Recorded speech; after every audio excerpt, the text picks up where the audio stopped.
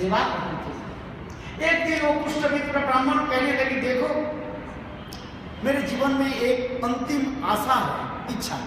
क्या इच्छा है?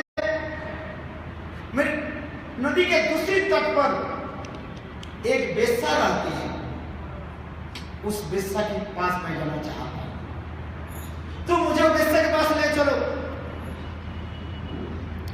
सती साध्वी ब्राह्मणी कहने लगी, पतिदेव तुम्हारे जैसी इच्छा है मैं ऐसी करूं।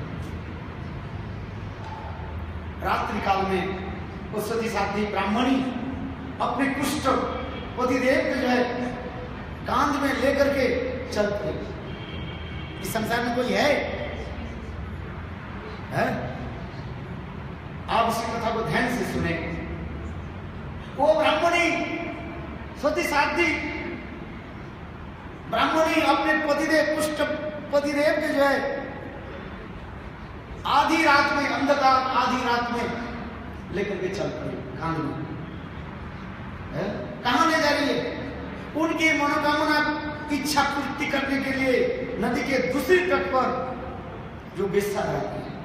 क्योंकि पति ने कहा मेरे मन में इच्छा है, अंतिम इच्छा है उस वेश्या के पास जाना, मुझे ले चलो।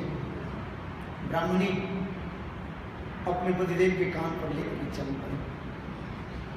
ठीक भगवान की ऐसी इच्छा ही उसी रात में मांडव ऋषि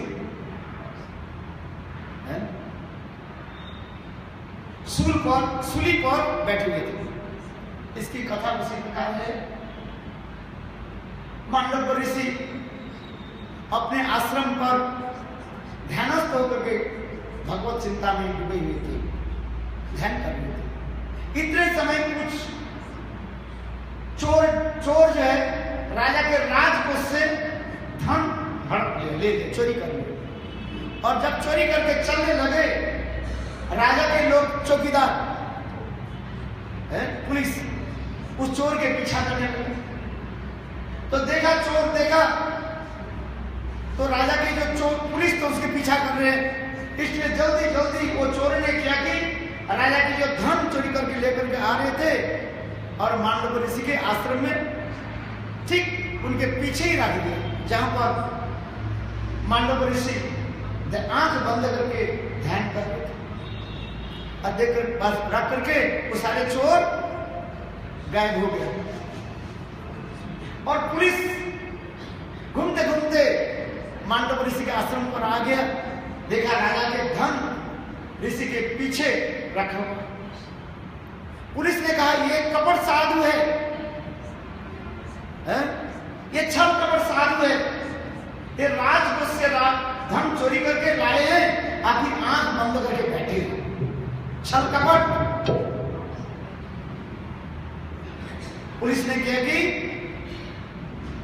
मांडव ऋषि के उठा करके ले गए। मांडव ऋषि तो वास्तव ध्यान में बैठे हुए थे और पुलिस ने क्या कि उसी अवस्था में उसको उठा करके राजा के पास ले गए। बोले महाराज धन तो मिल गया, किंतु यही दुष्ट साधु छल कपट साधु आपके धन चोरी करके और आंख बंद करके बैठे, हम लोग धर पकड़ लिए, धन समेत साधु के पकड़ के जाए, महाराज के दंड दिए। उस समय राजा ने कहा जाओ इसको सूली में चढ़ा दो। चौराहा जो रास्ता, चौराहा जब चारों तरफ जो रास्ता गए क्रॉस रोड है, क्रॉस रोड है, जाओ उसके चौराहा में सूली काट दो और सूली के ऊपर उसको बैठो।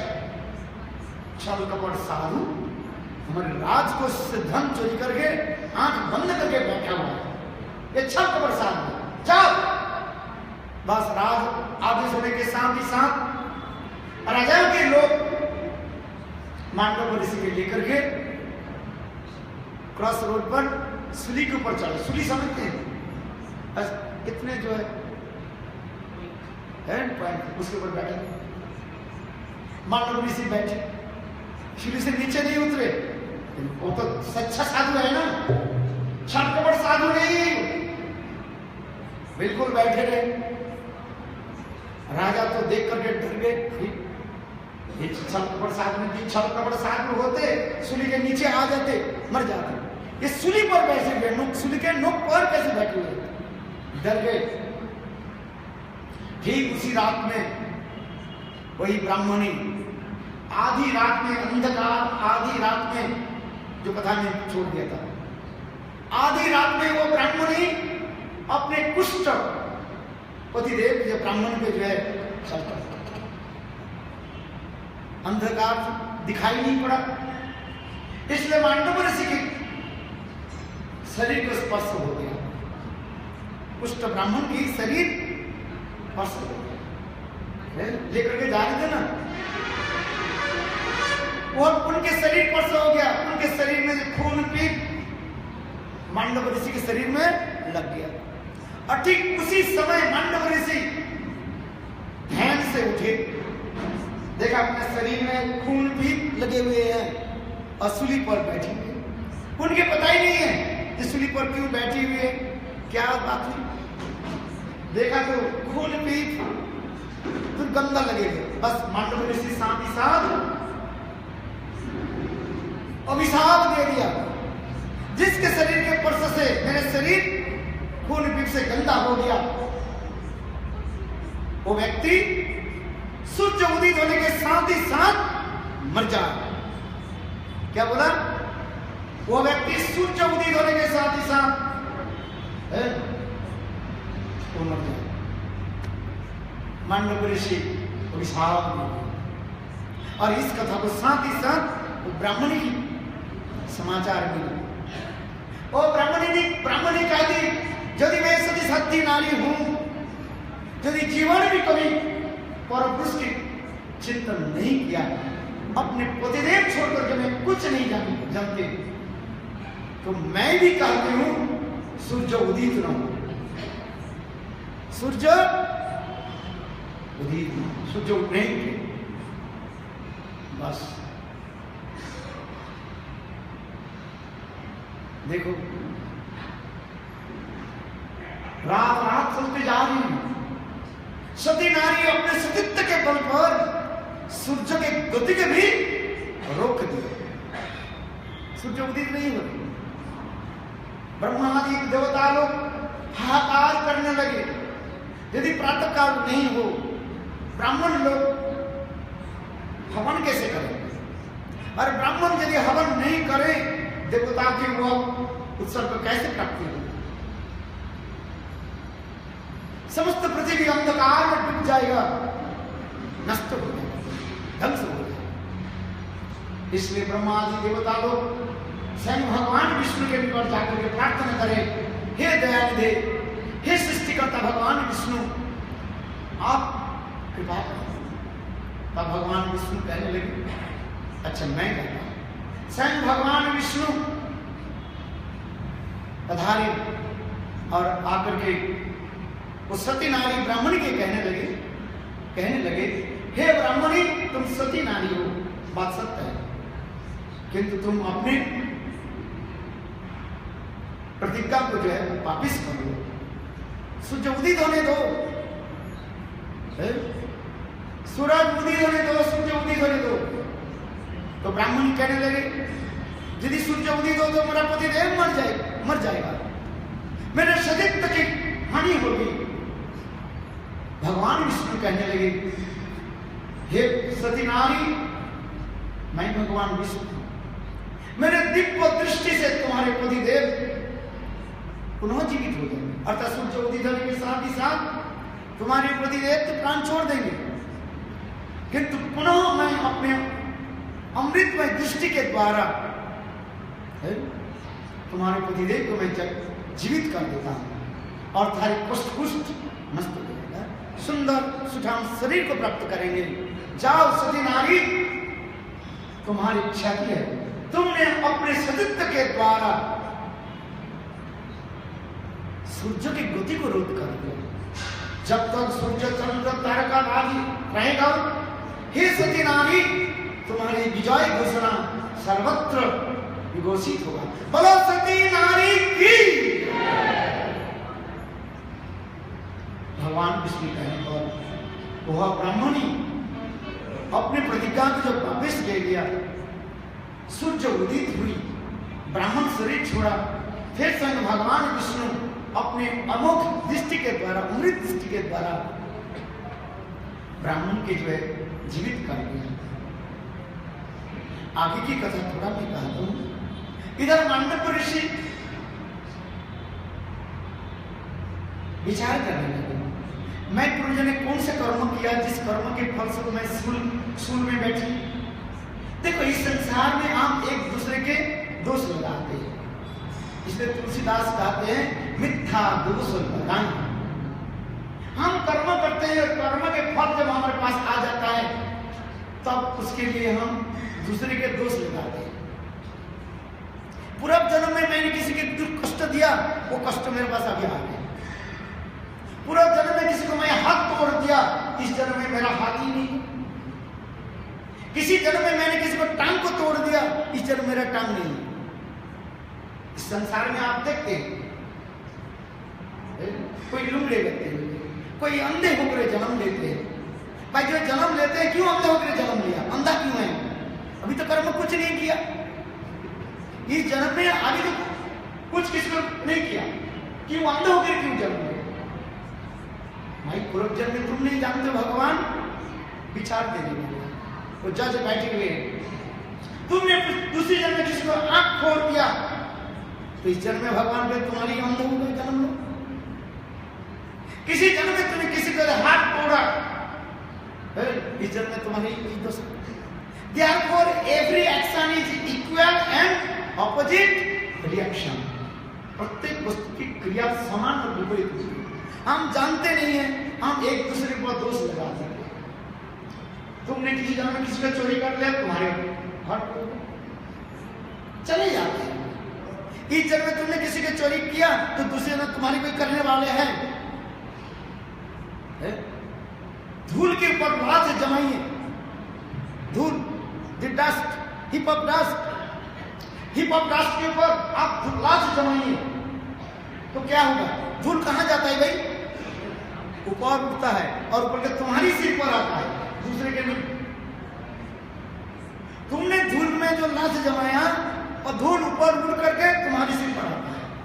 तुमने किसी न किसी जन्म में दूसरे के कष्ट दिया, वो आ रहे हैं, और तुम इसी जन्म में किसी को कष्ट दे रहे हो, वो फल आने वाले हैं।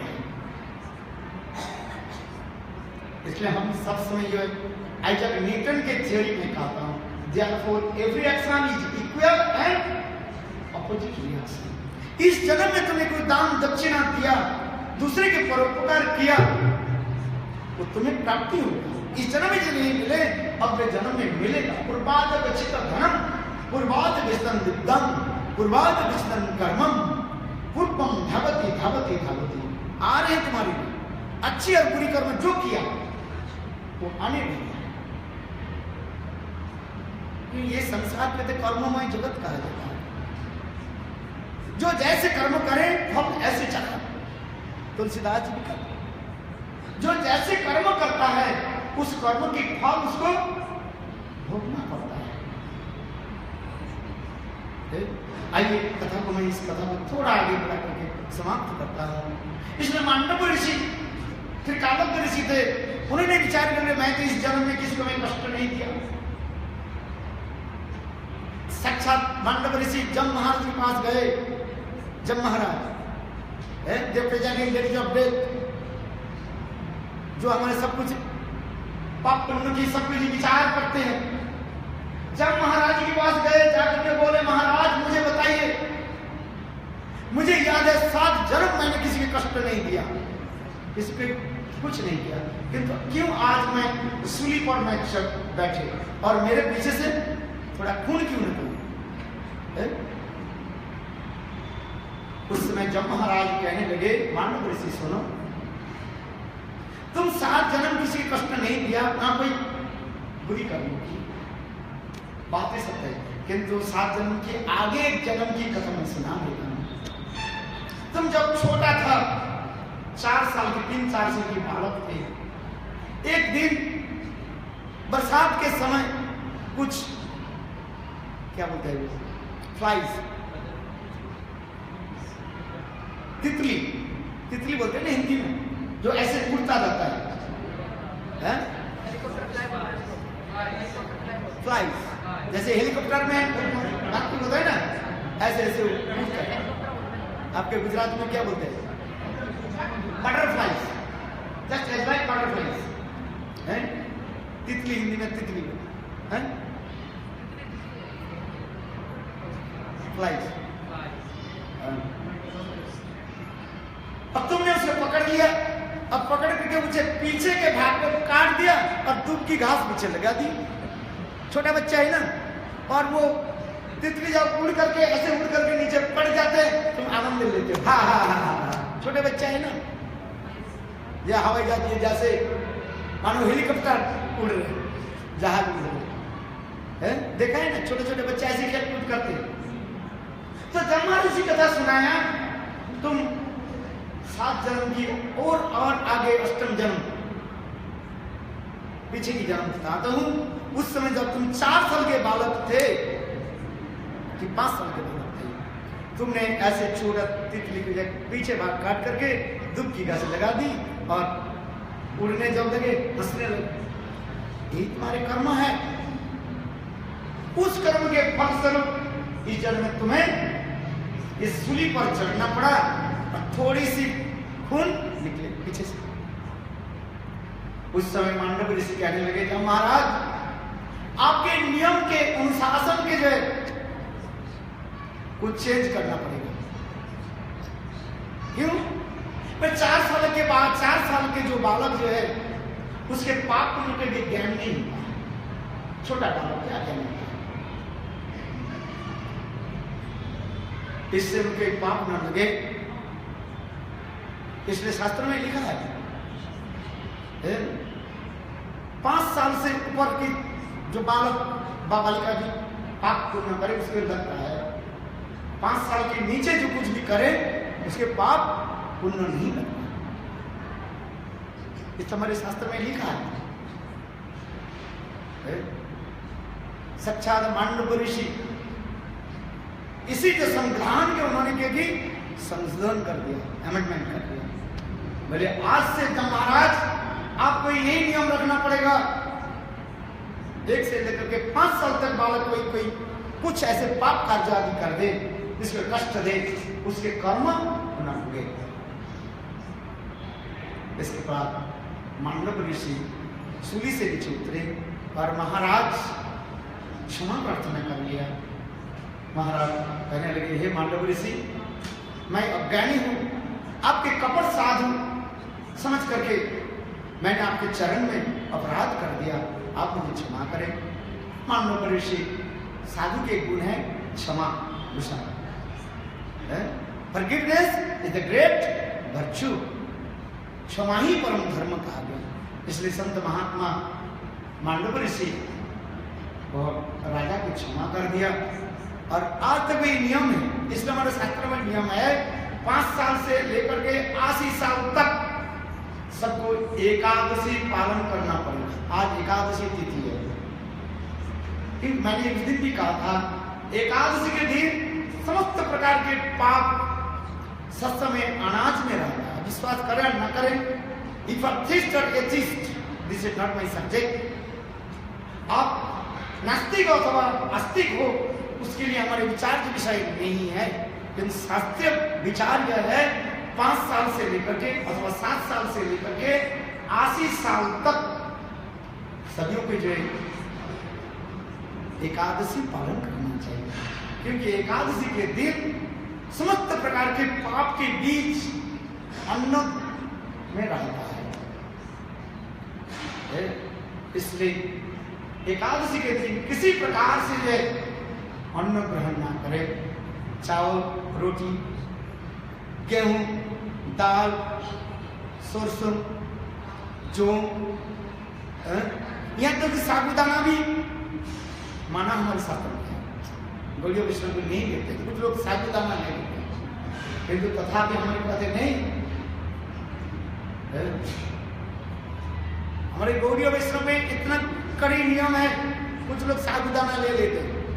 अथवा आजकल वो एक प्रकार की है चावल होता है जिसके बोलते हैं समा चावल, घास के एक बीज होता है उसको भी ले लेते, किंतु गौरी वैष्णव कहते हैं नहीं, एकादशी के दिन यदि शरीर ठीक हो निर्जला व्रत रखें, without drinking the drop of water, जब पान भी नहीं कर सकते। यदि शरीर ठीक नहीं हो कोई भी बात नहीं है, कलियुग तो सभी रोगी है सब है, इसलिए शास्त्र में विधान दिया ठीक है एकादशी के दिन फलाहार करें,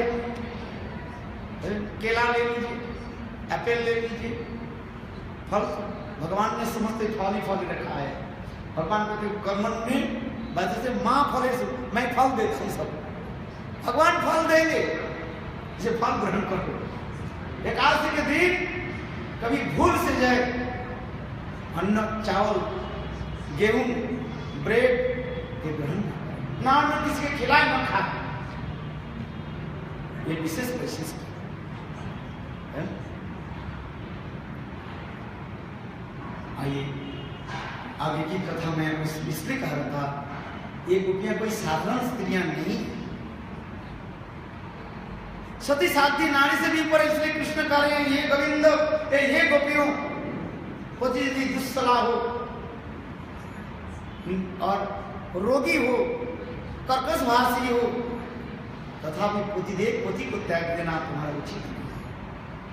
आप लोग अपने घर में जाकर के पति सेवा करो, पति परम देव।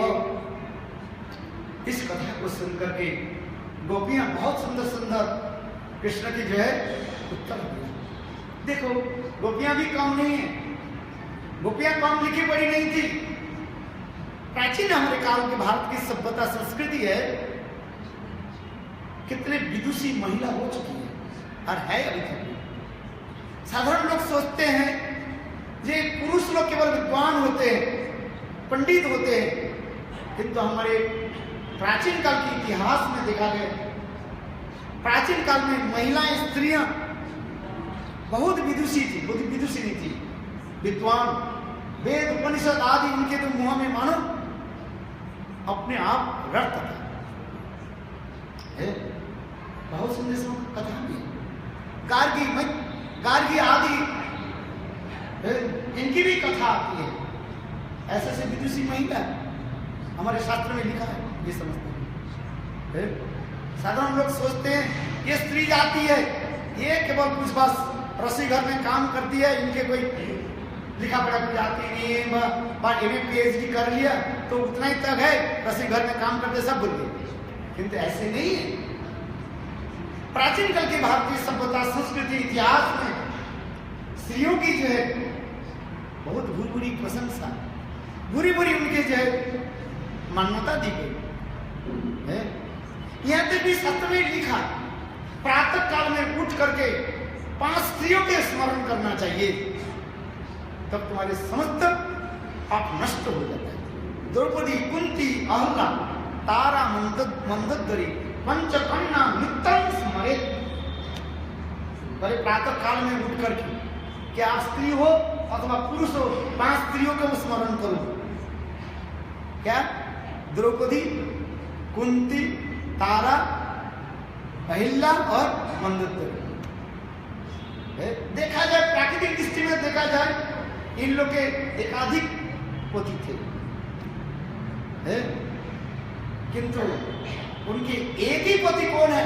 प्राणपति गोविंद।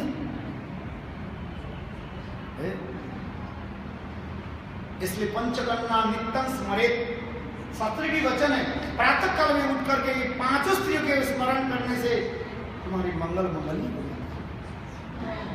बुरी प्रशंसा है, बुरी ग्लोरिफिकेशन है।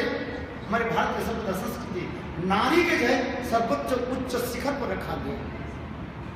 देखो मैं एक बात बताता हूं, सारे पृथ्वी में आप देश में जाइए, किंतु हमारे भारत के क्या कहा जाता है? क्या कहा जाता है? भारत माता की जय।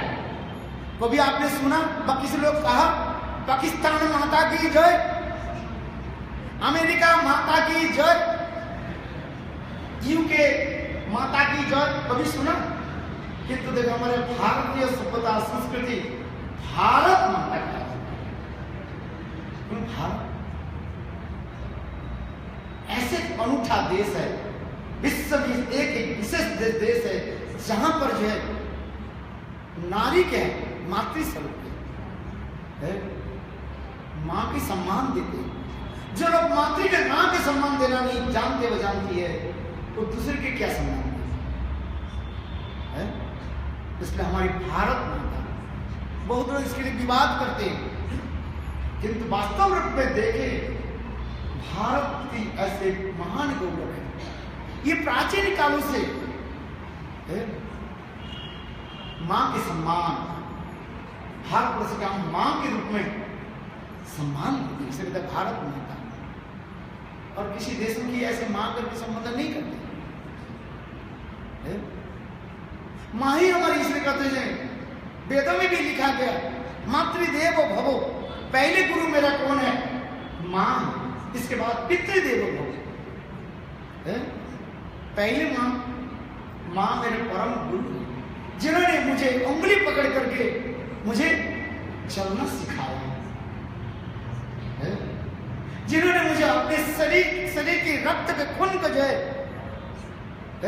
दे करके मुझे पान कराया। क्या पान कराया? दूध। तो दूध क्या है? वही तो माता जी के शरीर में जो रक्त वो दूध के रूप में आया और मुझे पान कराया। अपने जीवन की सारी सुख के तिलांजलि दे करके अपने पुत्र कन्या के पालन पोषण किया। इसने हमारे शास्त्र में लिखा है, सब ऋण को आप चुका सकते हैं, you can free from all kinds of debts, किंतु आप कभी मातृ ऋण से कभी मुक्त नहीं हो सकते। You will never free from debts of your mother, मातृ ऋण से कभी मुक्त नहीं हो सकते। शास्त्र में लिखा, फिर यदि कोई कहे कि नहीं मैं ऋण से मुक्त होना चाहता हूं, बोले एक मां के ऋण मुक्त होना चाहते हो 7 जन्म लेना पड़ेगा मातृ गर्भ में, तो 7 जन्म में कितना मां हो जाएगा? 7 मां, 7 मां हो जाएगा। कहां से तुम ऋण तो चुकाओगे? आप बताइए। इस शास्त्र उपनिषद की कथा है, मातृ ऋण से कभी कोई मुक्त नहीं हो सकता। तथापि यदि कहो, यदि कोई ऋण से यदि मुक्त नहीं हो, उस ऋण से चुकाने के लिए बार बार इस संसार में आना पड़ेगा। सुनिए कथा ध्यान से।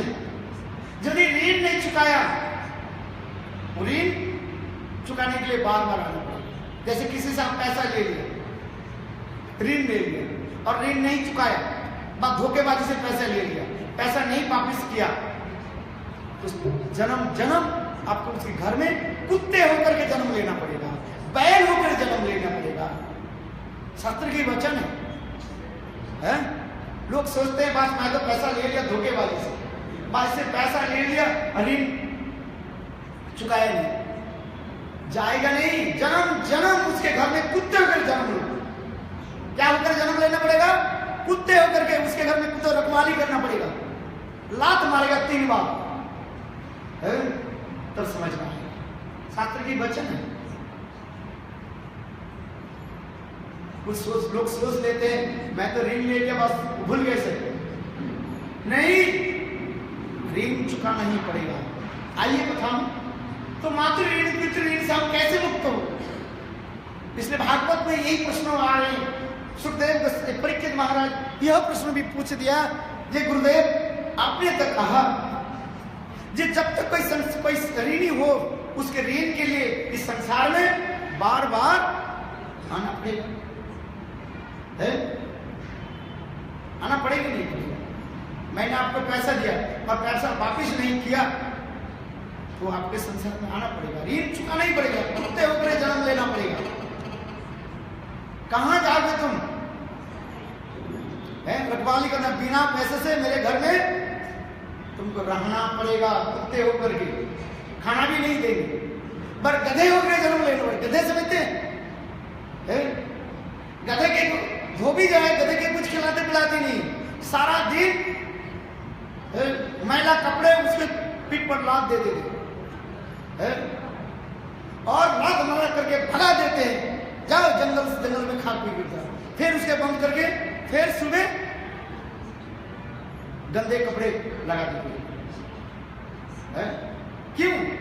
बोले पूर्व जन्म में तुझको ऋण लिया था, ऋण चुकाओ गधे होकर के, कहां जाओगे तुम? हम लोग जानते नहीं, सब भगवान सब हमारे नियंत्रण है, कर्म के अनुसार फल देते। इसलिए भगवान कहते हैं कर्मण्य बधिकारस्ते, तुम अच्छी बुरी जो कर्म करते हो उसके फल मैं ही देता हूं, तुम कहां जाओगे? इसलिए परीक्षित महाराज इसी प्रश्न के आगे कहते हुए कहने लगे, गुरुदेव ये समस्त पाप समस्त कर्मों से ऋण से मुक्ति होने का उपाय नहीं है। तो उस समय सुखदेव गोस्वामी पाद कहते हैं, हाँ परीक्षित सब पाप से मुक्ति होने के मैं एक उपाय बताता हूं। इस संसार में कोई भी जन्म ले लेते हैं मनुष्य, उसके ऑटोमेटिकली 6 प्रकार के पाप हो जाते, ऋण हो जाता है। देव ऋण, देवों ऋषि ऋण, भूत ऋण, मातृ ऋण, पितृ ऋण, ये ऋण हो जाता है। राज ऋण ऋणी हो जाते हैं। तो ये सब ऋण से मुक्ति होने का उपाय क्या है, ये मुझे बताइए। मैंने तो कहा दिया मातृ ऋण से मैं कैसे मुक्त हूं, और जब तो माता के ऋण में जब तो मैं चुकाऊं तब तो बार संसार में आना पड़ेगा। तावत जननम तावत मरणम तावत जननी जठरे शयनम, बार बार इस संसार में आना पड़ेगा। और इस संसार में आए तो तुम कष्ट भोगना ही पड़ेगा, आध्यात्मिक आदि दैविक आदि भौतिक। तो ऋण से मुक्ति होने का उपाय क्या है? इसलिए परीक्षित वसुदेव से बात एक शब्द में कहा गया, गतो मुकुंद परिहित कर्तव्यम। जब कोई मुकुंद भगवान के चरण में समर्पित हो जाए, बस गोविंद की शरण है,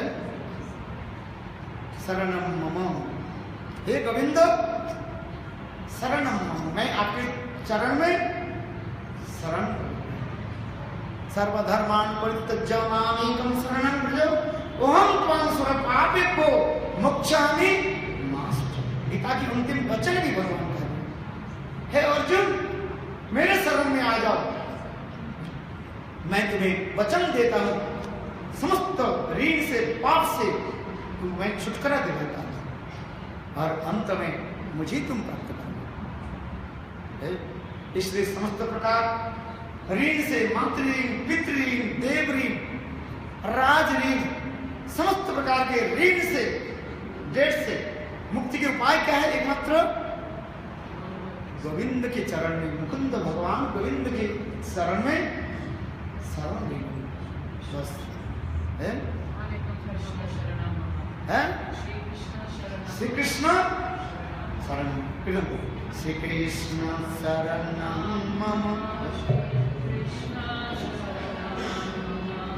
श्री कृष्ण शरणं मम, श्री कृष्ण शरणं मम, श्री कृष्ण शरणं मम, श्री कृष्ण शरणं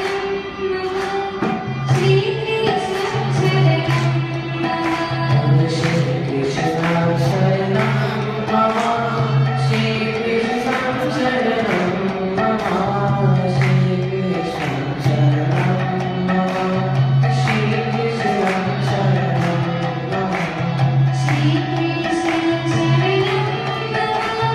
श्री कृष्ण शरणं मम, श्री कृष्ण शरणं मम, श्री कृष्ण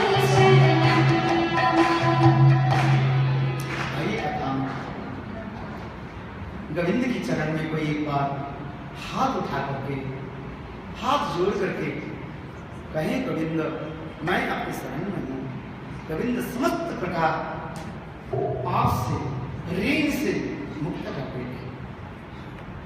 आइए कथा में स्वयं भगवान कृष्ण गोपियों की ये सब कथा भी सुनाए। गोपियां कथा को सुनकर के कहने लगे, गोविंद इस संसार के आपने पोती सेवा के बारे में बहुत सुंदर रूप में वेद पुराण उपनिषद शास्त्र के वचनों के द्वारा हम लोग के उपदेश था। बात तो सत्य है, किंतु हम लोग भी एक शब्द कहते हैं, एक गोविंद एक होता है पति और एक होता है क्या? परम पति। एक होता है पति और एक होता है परम पति। समझ में आ रहे? परम शब्द श्रेष्ठ पति, इसको याद रखिए। एक होता है पति और एक होता है परम पति।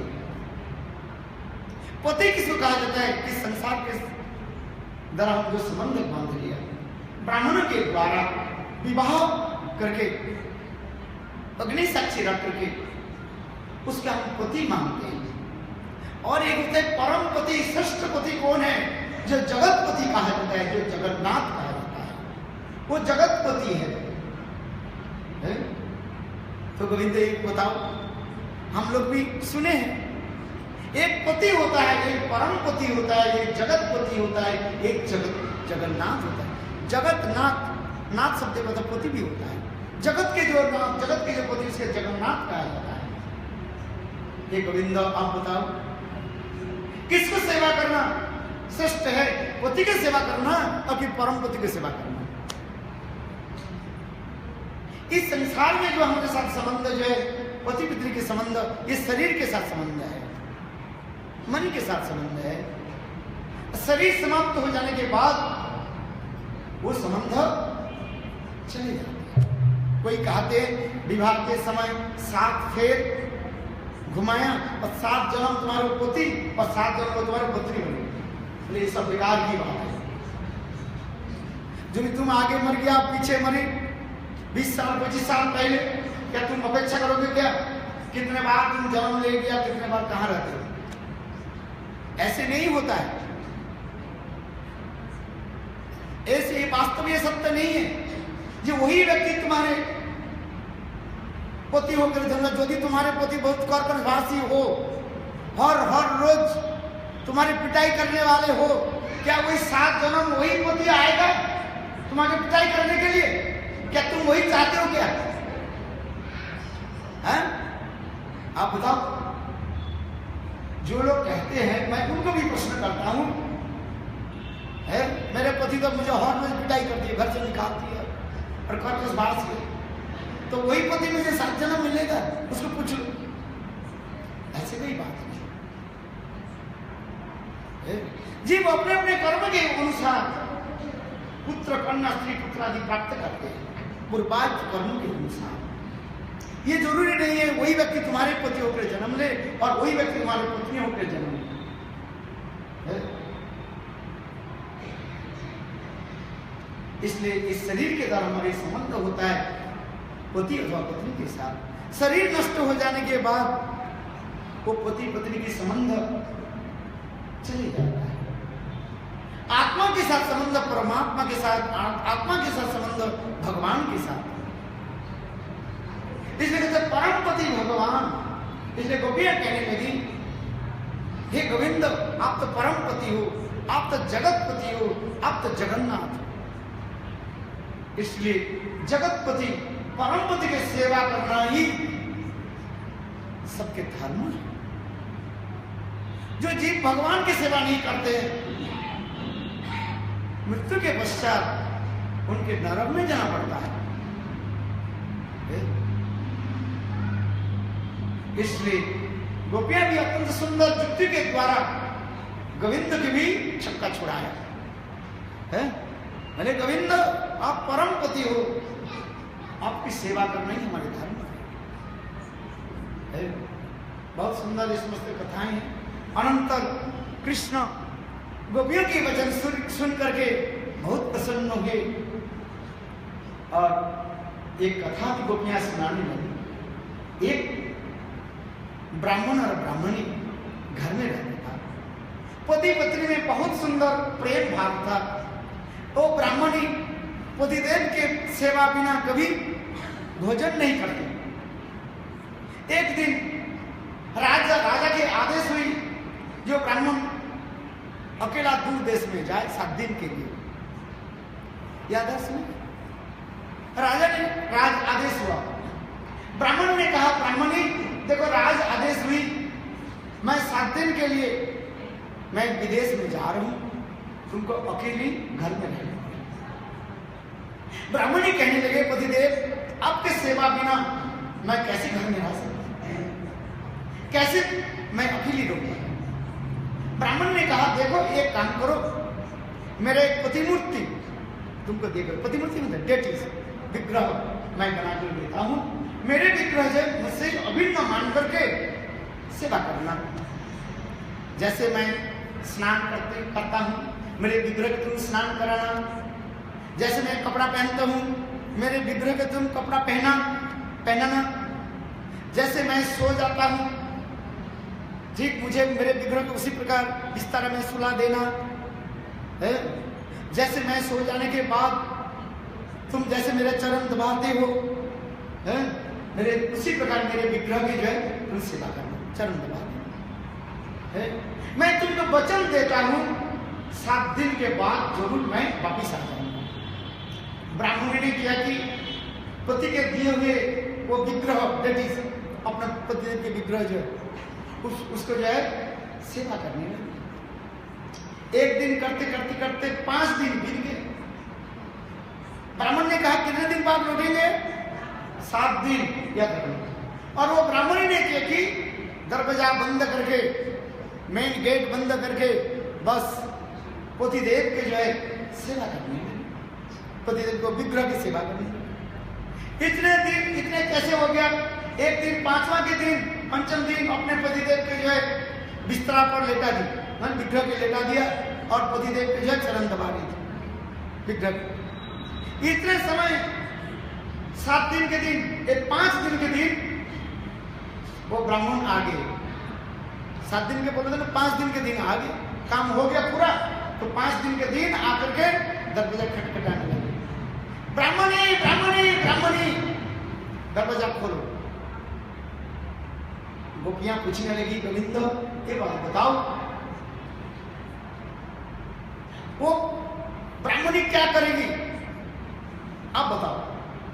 विग्रह सेवा तो कर रही थी और साक्षात पतिदेव विराजमान हुई, दरवाजा खटखटा रही, क्या करना चाहिए मुझे बताइए।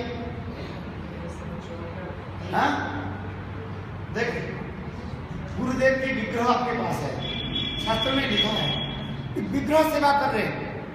साक्षात गुरुदेव आ जाए ना, विग्रह सेवा, ठाकुर जी सेवा कर छोड़ करके गुरुदेव के सेवा करनी चाहिए, इस शास्त्र की बचा है। विग्रह सेवा छोड़ करके साक्षात यदि गुरु आ जाए, विग्रह सेवा छोड़ करके गुरु की सेवा करनी चाहिए। उसी प्रकार कृष्ण भी कहने लगे, हे गोपियों, उसी प्रकार ब्राह्मण के कर्तव्य है वो विग्रह के सेवा, पति के जो विग्रह की सेवा छोड़ करके साक्षात पतिदेव जब विराजमान हुए उस पतिदेव की सेवा करो।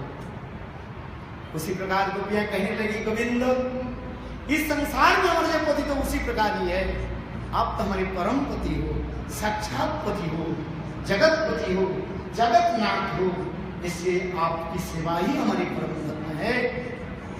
गोविंद बहुत प्रसन्न हुए इस कथा को सुनकर के। अनंतर कृष्ण गोपियों के साथ सुंदर रास विहार है और उस रास में कुछ गोपियां सौभाग्य मद में मत हो गई। भगवान की लीला चल रही है, रस लीला,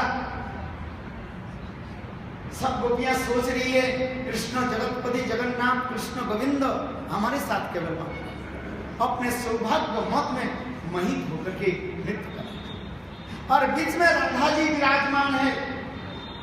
राधा जी देखा कृष्ण कैसे छल छल है, कपट है, मुझे कहते हे राधे तुम ही हमारी मात्र प्राण है, तुम छोड़ कर हमारी कुछ नहीं न पा रहे हैं। निबद्धम साधु कृतम विबोध सविभव जामा दुर्जन ग्रसिंकला संवृष्ट प्रतिजातु साधुना। हे श्रीमती राधिके तुम्हारे ऋण को मैं कभी उतार नहीं सकती, मुक्त नहीं हो सकता, तुम्हारे ऋण में चिरंजीव, तुम छोड़ करके मेरा कुछ है ही नहीं। किंतु आज गोविंद कृष्ण कैसे छल कपट है और दूसरी गोपियों के साथ प्रेम विहार कर, इसलिए राधा जी की क्या हुई, मान हो गई। इसलिए सुखदेव गोस्वामी पाद कहने लगी प्रसमानो माना प्रसमानो, राधा जी के मान को प्रशमन करने के लिए और दूसरी गोपियों की मान को मर्दन करने के लिए, ध्वंस करने के लिए, तत्रापि उस समय से भगवान के सब उस रात से अंतर्ध्यान हो गए, अंतर्ध्योति। बस जब गोविंद रात से अंतर्ध्यान हुए तब उस समय समस्त गोपियां, देखा तो गोविंद पास में नहीं, और सब गोपियां हाहाकार करने लगे, गोविंद के लिए रोने लगे। श्रीमती राधिका गोविंद के साथ चले गए था। कृष्ण गोविंद के एक श्री कृष्ण राधा जी को लेकर के चले गए और श्रृंगार पद में जाकर के वहीं पर पधारे और स्वयं कृष्ण कामिन्ना के भांति राधा जी के जैसे श्रृंगार किया। या आज तक भी जाए वहीं पर श्रृंगार बट है, जिस बट पेड़ के नीचे स्वयं कृष्ण राधा जी के जैसे फूलों के द्वारा श्रृंगार किया, उस स्थल पर साधित भर्तिका नायिका के भांति राधिका कृष्ण के कहने लगे मेरे अंग में श्रृंगार आदि करो। और इतने समय सारे गोपियां गोविंद की खोज करते करते निकट में आने लगे। कृष्ण मणि मणि विचार करने लगे, देखो गोपियां निकट में आ गई, मैं राधा जी के पास विराजमान हूं। ये गोपियां जी देख ले तो गोपियां की मान हो गई। और राधा जी इधर भी सोच रही हैं, जिस सखियां मेरे लिए सब कुछ त्याग देकर के मेरे समर्पित हो गया और उन लोग के छोड़ करके मैं अकेली अपने प्राण के गोविंद के साथ हो गई, ये ठीक नहीं है। इसलिए कृष्ण श्रीमती राधिका कहने लगी, ये देखो मैं क्या करूं। कृष्ण कहने लगे देखो गोपियां आ रही हैं, इस स्थान को छोड़ करके आगे जाए। राधिका कहने लगे मैं जा नहीं सकती, चल नहीं सकती। कृष्ण कहने लगे यदि चल नहीं सकते हो तो एक काम करो, मेरे कान पर बैठो, मैं लेकर चलती। राधा जी गोविंद के कान पर बैठने के लिए प्रयास की। इतने समय कृष्ण तत्राद्यंतर्ध्योति, गोविंद उस समय राधा जी से अंतर्ध्यान हुए। गोविंद के विरह में राधा जी तड़पने लगे, काशी काशी फिर गोविंद आप तुम कहां हो, रोने लगे। और इतने समय समस्त गोपियां उस स्थान पर पधारे और राधा कैसे विलपते हुए रोते हुए देख करके सभी गोपी के हृदय में समवेदना हुई, सिंपैथी। और उस समय फिर समस्त गोपियां आगे जाकर के जमुना पुलिन में आकर के गोविंद की मधुर लीलाओं की कथाओं को जो है अत्यंत सुस्वर से कीर्तन करने लगे, जिसको कहा जाता है गोपी गीत कहा जाता है। जयति देवोदिकं जन्मना व्रज श्रयत इंदिरा सहस्रगात्रहि दैत दीक्षकं दीक्षुतापका दैदिकां सब त्वां विचिन्नते। इसी प्रकार गोपियां अपने अपने भाव को जो है प्रकट करने लगे। विरह गीतिका समय संक्षेप है, आज अंतिम दिवस है, आगे की कथा हम समाप्त करना चाहते हैं। गोपी गीत के बाद इसके पश्चात स्वयं भगवान उस गोपी की सभा में प्रकट हुए और उस समय भगवान कैसे सुंदर मदन मोहन रूप कौन वर्णन करे। जिस सुखदेव गोसाई बात कर गाने में तासन अग्नि सोरी स्मयमान मुखम, गोविंद के इतने सुंदर जो दिव्य अपरागित साक्षात कामदेव की भी रूप सुंदर जी को पराभूत करने वाले, इतने सुंदर रूप लजाते हुए मुस्कुराते हुए अपने पीताम्बर के गले में धारण करते हुए और उस गोपी सभा में उपस्थित हुए। अनंत सारे गोपियां अपने अपने चुनरियों के द्वारा गोविंद की जय आसन दिया और गोपियां गोविंद की कुछ प्रश्न पूछने लगे, वो भी बहुत सुंदर प्रश्न है। ये प्रेम करने पर वे प्रेम करता है, प्रेम करे अथवा कोई प्रेम करे ना करे वो भी प्रेम करता है, और कोई प्रेम करे अथवा नहीं प्रेम करे वो किसी के साथ प्रेम नहीं करते। हे गोविंद आप बताओ इसमें आप कौन है? इस प्रश्न के उत्तर के, इस प्रश्न के सुन करके कृष्ण भी सुंदर रूप में उत्तर दिया, हे गोपियों प्रेम करने को जो प्रेम करता है वो सारथी कहा जाता है, बिजनेसमैन कहा जाता है। आपने मुझे प्रेम किया, मैंने आपको प्रेम किया, आप मुझे प्रेम नहीं किया, आपको मैं प्रेम किया। तो ये तो बिजनेसमैन जैसे बाजार में गए,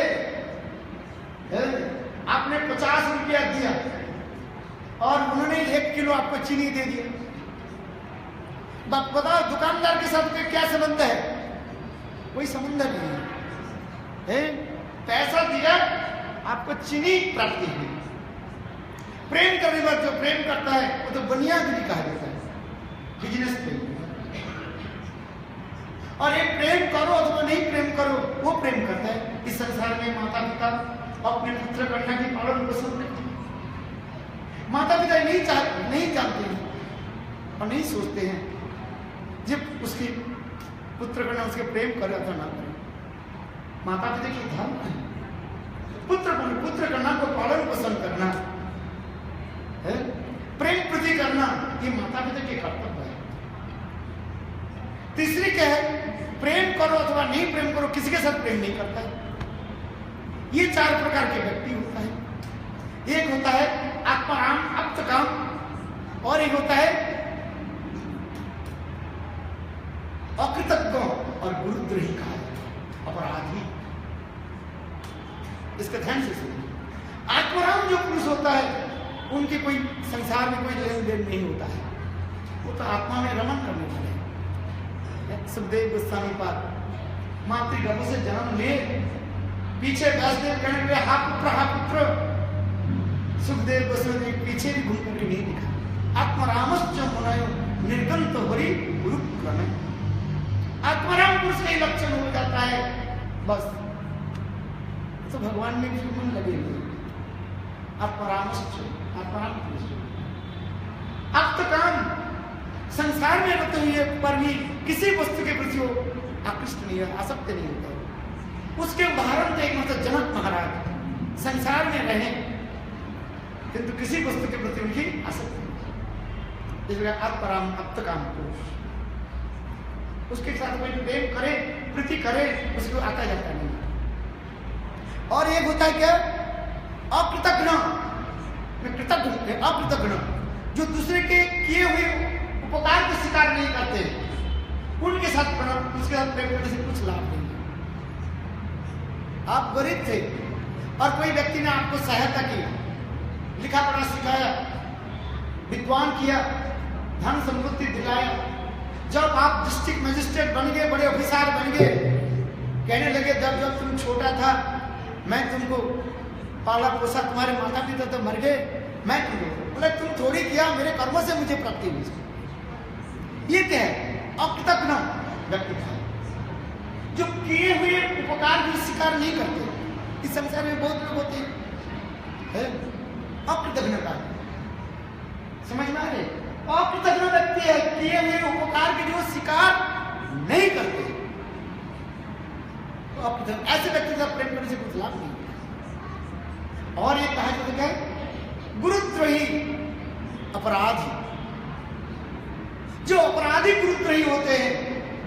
गुरु ने शिष्य के जो प्रेम दिया है, परमार्थ जो दिया है, किंतु शिष्य गुरु की आदर नहीं करते, गुरु के सम्मान नहीं करते, इसलिए उसे कहा जाता है अपराधी। समझ में? ऐसे अपराधी व्यक्ति के साथ, गुरुद्रोही अपराधी के साथ प्रेम करने से आपके कुछ फल प्राप्ति नहीं होगा। इसलिए गोपिया ने यही प्रश्न पूछा, क्या आप आत्मराम आत्मकाम अकृतज्ञ और गुरुद्रोही अपराधी हो? कृष्ण कहने लगे, हे गोपियों सुनो, मैं आत्मराम पुरुष भी नहीं, यदि मैं आप आत्मराम पुरुष होते तो आप लोगों के साथ प्रेम विहार कैसे करते? आप तो काम यदि होते आपके साथ कैसे मिलते? यदि मैं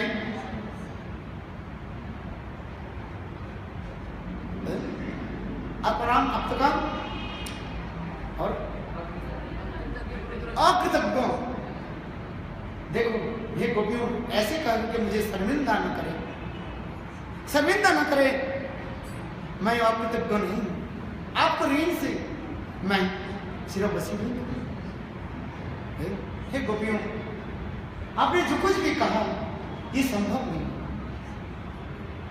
दिन रात मैं आप लोगों ही स्मरण करता हूं, क्योंकि आप लोगों ने मेरे लिए अपने माता पिता भाई बंधु स्त्री पुत्र परिवार जो कुछ भी है आप लोगों ने सब त्याग दिया। इन्हें तक भी अपने सुख आदि जो है सब मेरे लिए त्याग दिया। हे गोपियों, मैं आप लोगों की ऋण मैं कभी चुका नहीं सकता, ये संभव नहीं। ऐसे अकृतज्ञ कह करके मुझे शर्मिंदा न करें। यदि को अपराधी व गुरुद्रोही, कृष्ण कहने भी यही गोपियों, मैं गुरुद्रोही नहीं हूं, अपराधी भी नहीं, आप लोग ही मेरे प्रेम गुरु हैं।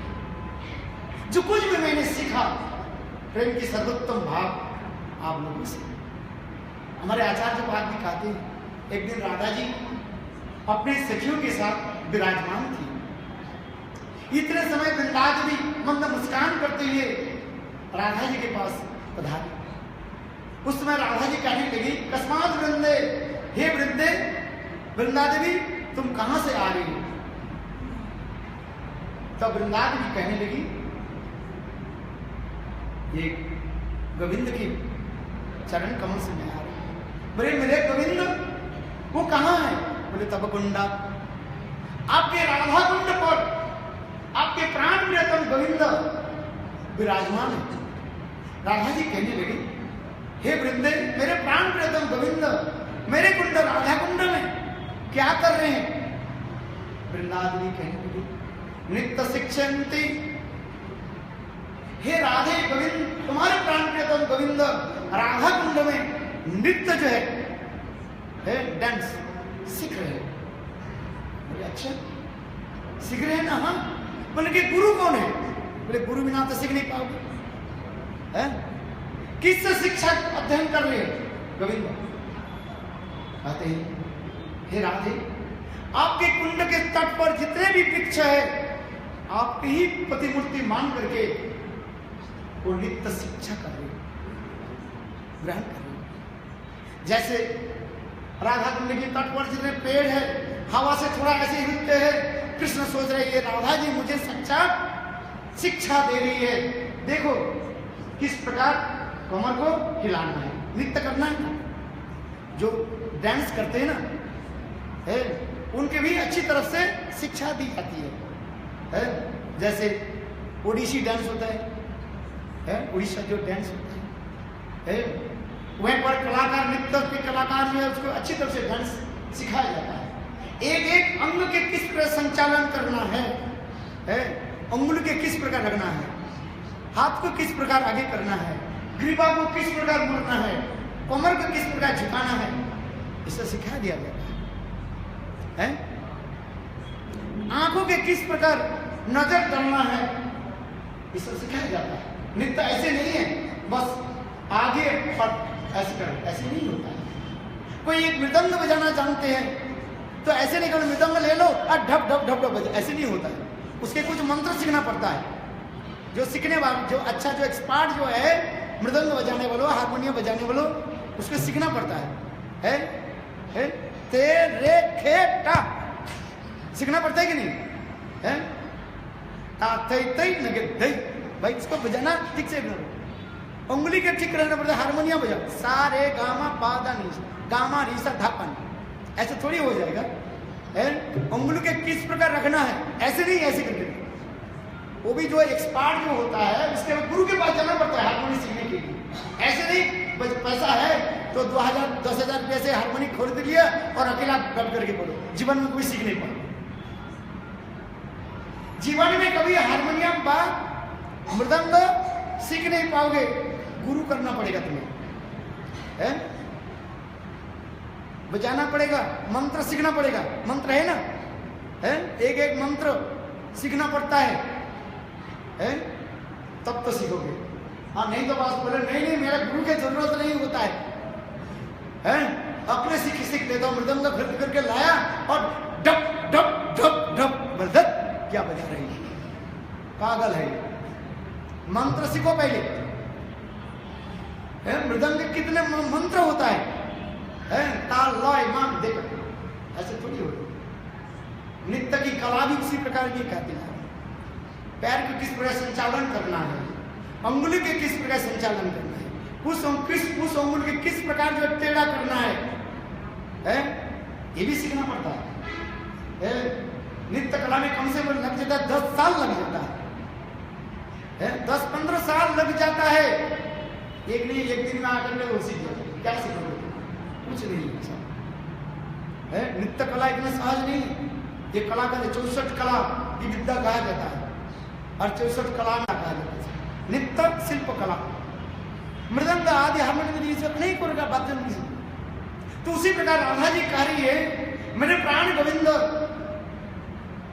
उस राधा कुंड में शिक्षा कैसे वृंदावनी करिए, उस राधा कुंड में जितने भी वृक्ष जो है तन तन मूर्ति आपके ही पति मूर्ति मान करके, और कृष्ण विद्याभ्यास करेंगे नित्य कला है।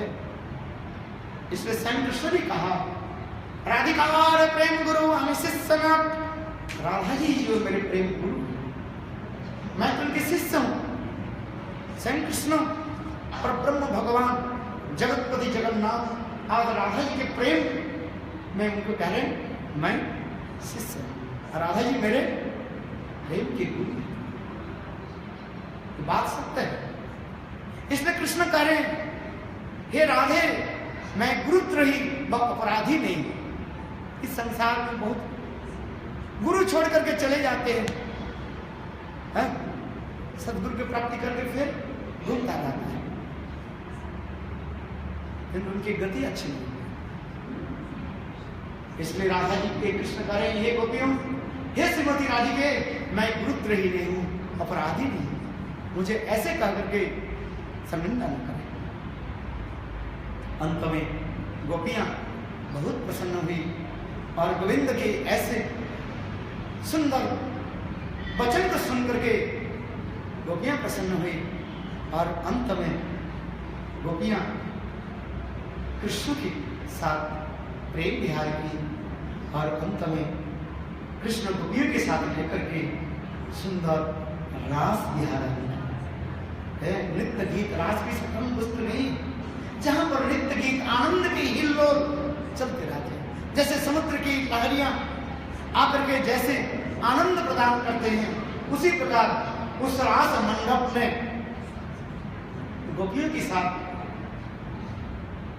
कृष्ण की आनंद की विहार रसते आसद्यते विलास है तत्र भी सुशोभिते। जिस प्रकार चंद्रमा उदित होकर के सबकी आनंद प्रदान करते हैं, उसी गोपी समाज में गोपी मंडप में गोविंद सबकी मनों की आनंद प्रदान करते हुए रास विहार आदि की। इसके पश्चात कृष्ण समस्त गोपियों के लेकर के जल विहार आदि की अनेक लीला आदि प्रकाश किया। अंत में स्वयं कृष्ण गोपियों को आदेश दिया कि आप लोग अपने अपने गृहों में लौट करके जाए। जब भी गोपियों की इच्छा नहीं थी, गोविंद की आदेश के अनुसार समस्त गोपियां अपने अपने गृहों में लौट करके गए। इसी कथा को सुखदेव गोस्वामी पाद बहुत सुंदर रूप में वर्णन किया। इसमें 2 सारांश कहा गया। इस कथा को कोई श्रद्धा से श्रवण करे, विकृतम ब्रजवधू श्रद्धान्वितो अनुसुन्नाथ वर्णे तथा भक्तम भक्ति प्राण भगवती पतिरूप कामो हृदरोगम आसु अपीनति अचिरीनति। इस राष्ट्र के कथा को कोई यदि श्रद्धा के साथ गुरुदेव के मुखारविंद से श्रवण करे तो उनके हृदय में प्रेमाभक्ति प्रकट होगी और संसार के सारे काम अपने आप दूर हो जाएंगे। इसी कथा को सुखदेव गोस्वामी पाद श्रवण कराया। इसलिए आगे की कथा मैं थोड़ी सी 5 मिनट लूंगा, अभी थोड़ा कथी कीर्तन हो जाए, आगे की कथा मैं वर्णन करता हूँ। आज अंतिम दिवस है।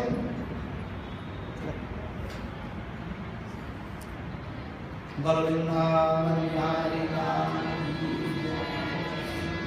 कभी राम बन के कभी श्याम बन के चले आना, प्रभु जी चले आना। कभी राम बन के कभी श्याम बन के चले आना, प्रभु जी चले आना। कभी राम बन के कभी श्याम बन के चले आना, प्रभु जी चले आना। कभी राम बन के चले आना, प्रभु जी चले आना।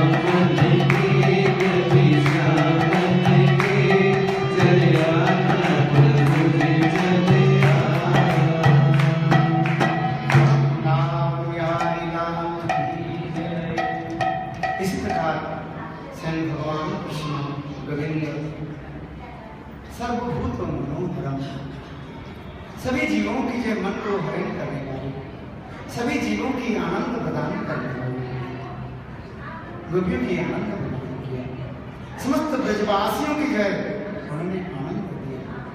इसके पश्चात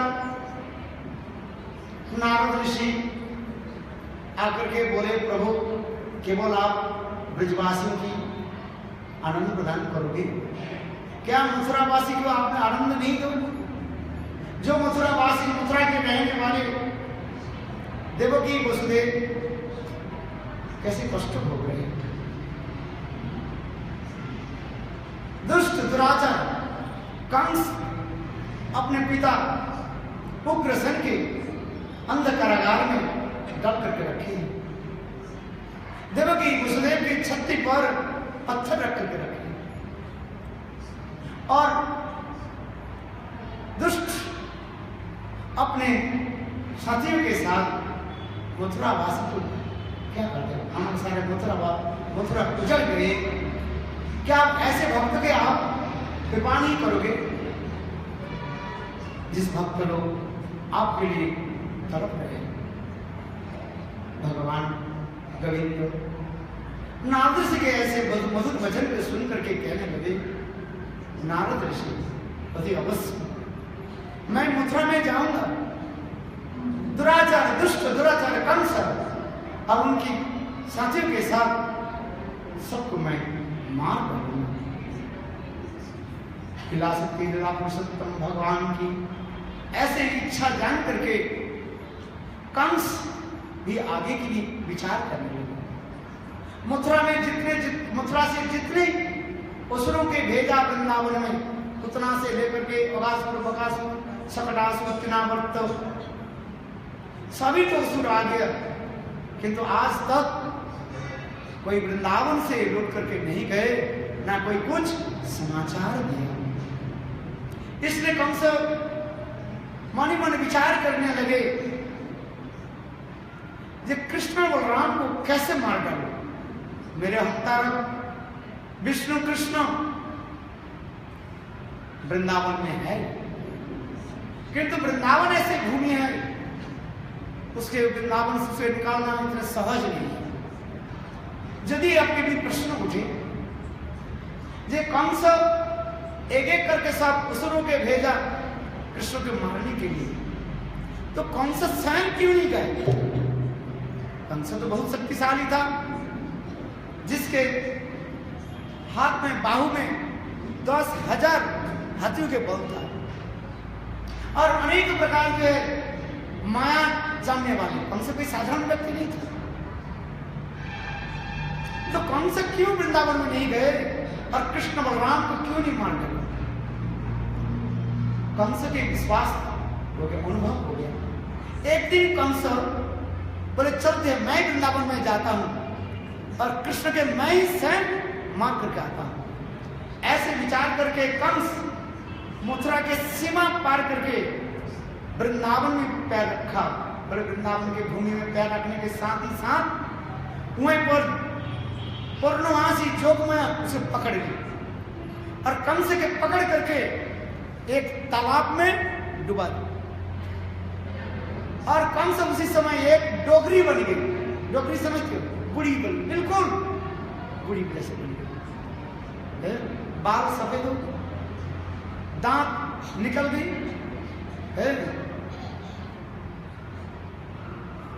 और उसी डोगरी को देख करके गोपियां कहने लगी, अरे तू कौन हो? तेरे खसम कौन है? कौन से गांव के रहने वाले बताओ? कंस को उत्तर नहीं दिया और उस समय सारी गोपियां उसके गुच्चा से मारने लगी। कंस चिल्लाने लगे, बचाओ बचाओ बचाओ। जोगमाया ने कहा, अरे इसको मारो मारो मत। जोगमाया पूर्णमासी देवी ने फिर उसके जो है पकड़ करके वृंदावन के तालाब में डुबाया और डुबाने से कंस अपने पूर्व शरीर में आ गया और कंस बस दौड़ करके भाग करके आ गया। इसलिए कंस के अनुभव था, वृंदावन की धूलिकण में नाजरी कौन सा एक शक्ति है ये मुझे भी डोगरी बना देते। इसलिए कंस इस कथा को किसी को बोलते नहीं थे, जान देते थे। इसलिए कंस स्वयं वृंदावन में नहीं गए और एक एक असुर के भेजा, पुतना से लेकर के तिनावर्त, अगासुर, बकासुर तो भेजा। अंत में कृष्ण कंस विचार करने लगे, जब कृष्ण बलराम वृंदावन में रहेगा तो कृष्ण बलराम को मारना संभव नहीं है। सांप यदि गड्ढे में रहे, सांप को मारना संभव नहीं है। सांप को मारने के लिए क्या चाहिए? गड्ढे से निकाला जाए, किंतु कैसे निकाला? बोले अक्रूर के भेजा जाए। कंस ने अक्रूर को भेजा कृष्ण बलराम को वृंदावन से मथुरा लाने के लिए। संक्षेप में बताया, अक्रूर वृंदावन में पधारे। सारी रात कृष्ण बलराम को भी क्षत्रिय भाव से उत्तेजित किया और अंत में कृष्ण बलराम कहने हम जाते हैं। और कंस कहने लगे यहाँ पर एक धनुष यज्ञ करेंगे, किंतु कृष्ण बलराम को मारने के लिए कंस विशाल प्लान बना ली। ये कृष्ण बलराम मथुरा में प्रवेश करने के साथ ही साथ कुबलाई हस्ती को जो है रख दिया, उसके मदिरा पान करके मत्त हस्ती को छोड़ दिया जाए और कृष्ण बलराम को जो है कुचल दिया जाए। हमसे भी पता नहीं था कृष्ण भगवान विष्णु की कोई मार सकते हैं। कृष्ण बलराम जब मथुरा में प्रवेश किया कंस के द्वारा, वो कुबलाई हस्ती की तरफ छोड़ दिया। कंस ने, कृष्ण बलराम ने किया कि वो कुबलाई हाथी को जो है पकड़ लिया, उसके दोनों दांत को जो है उखाड़ लिया। कृष्ण बलराम मन मन विचार करने लगे, ये देखो बहुत दिन के बाद मेरे मामा जी के घर में मैं आ रहा हूं, खाली हाथ में थोड़ी जाऊंगा। मामा, मेरे मामा कंस है, राजा है, राजा के थोड़ी 2-4 पैसा दक्षिणा थोड़ी दिया जाएगा। राजा को क्या दिया दक्षिणा दिया जाए? हस्ती दंत, हाथी को दांत है, सबसे बहुत मूल्यवान। इसलिए कृष्ण बलराम ने किया कि बस खेलते हुए वो कुबलाई हस्ती को मार डाला और उनके सुंदर सफेद विशाल दोनों दांत को जो है उखाड़ लिया और ऐसे चलने लगे। बोले मामा की भेंट देंगे। आगे चले, कंस चाणूर मुष्टि को रख दिया लड़ने के लिए। कंस विचार करने लगे, यदि हाथी से, यदि कुबलाई हस्ती से यदि छुटकारा मिले तो ये चाणूर मुष्टिक ताल, चाणूर मुष्टिक ये कृष्ण बलराम को मार डालेंगे। भगवान मन मन विचार करने लगे, मूर्ख कंस, तुम्हारे सारे प्लान व्यर्थ है। चाणूर मुष्टिक दांत थपने बगल में ऐसे करेंगे, आओ कंस, कृष्ण बलराम हम लोग के साथ लड़ो। अब लड़ेंगे, कुश्ती दंगल करेंगे। कृष्ण बलराम देखते देखते चाणूर मुष्टिक की जो है पछाड़ दिया। जैसे खेत में कृषक मूली को जैसे उखाड़ते हैं आराम से, उसी प्रकार कृष्ण बलराम चाणूर मुष्टिक को जो है मार डाला। और देखते देखते उस रंगलाई में विशाल सभा हुई थी। अनेकों राजा लोग, अनेकों गोपी सब बैठी हुई थी विशाल सभा में। कब कृष्ण कंस के सिंहासन पर चढ़े और उनकी चोटी को पकड़ लिया और नीचे उतार दिया और गला को दबा दिया, कंस को मार दिया। किसी को पता ही नहीं चले 1 सेकंड में। उस समय रंगालय में जब कृष्ण जब प्रवेश किया, हमारे सुखदेव गोस्वामी पाद कहते हैं, जैसे जैसे व्यक्ति बैठे हुए थे अपने भागों के द्वारा गोविंद के दर्शन करने लगे। कंस ने साक्षात देखा जम जैसे मृत्यु सदृश, मृत्यु भोज और पते, बड़े बड़े राजा लोग देखने लगे कृष्ण साक्षात महान विशाल एक शक्तिशाली राजा जैसे। गोपियां देखे साक्षात काम रूप में, कामदेव के रूप में गोविंद के दर्शन किए।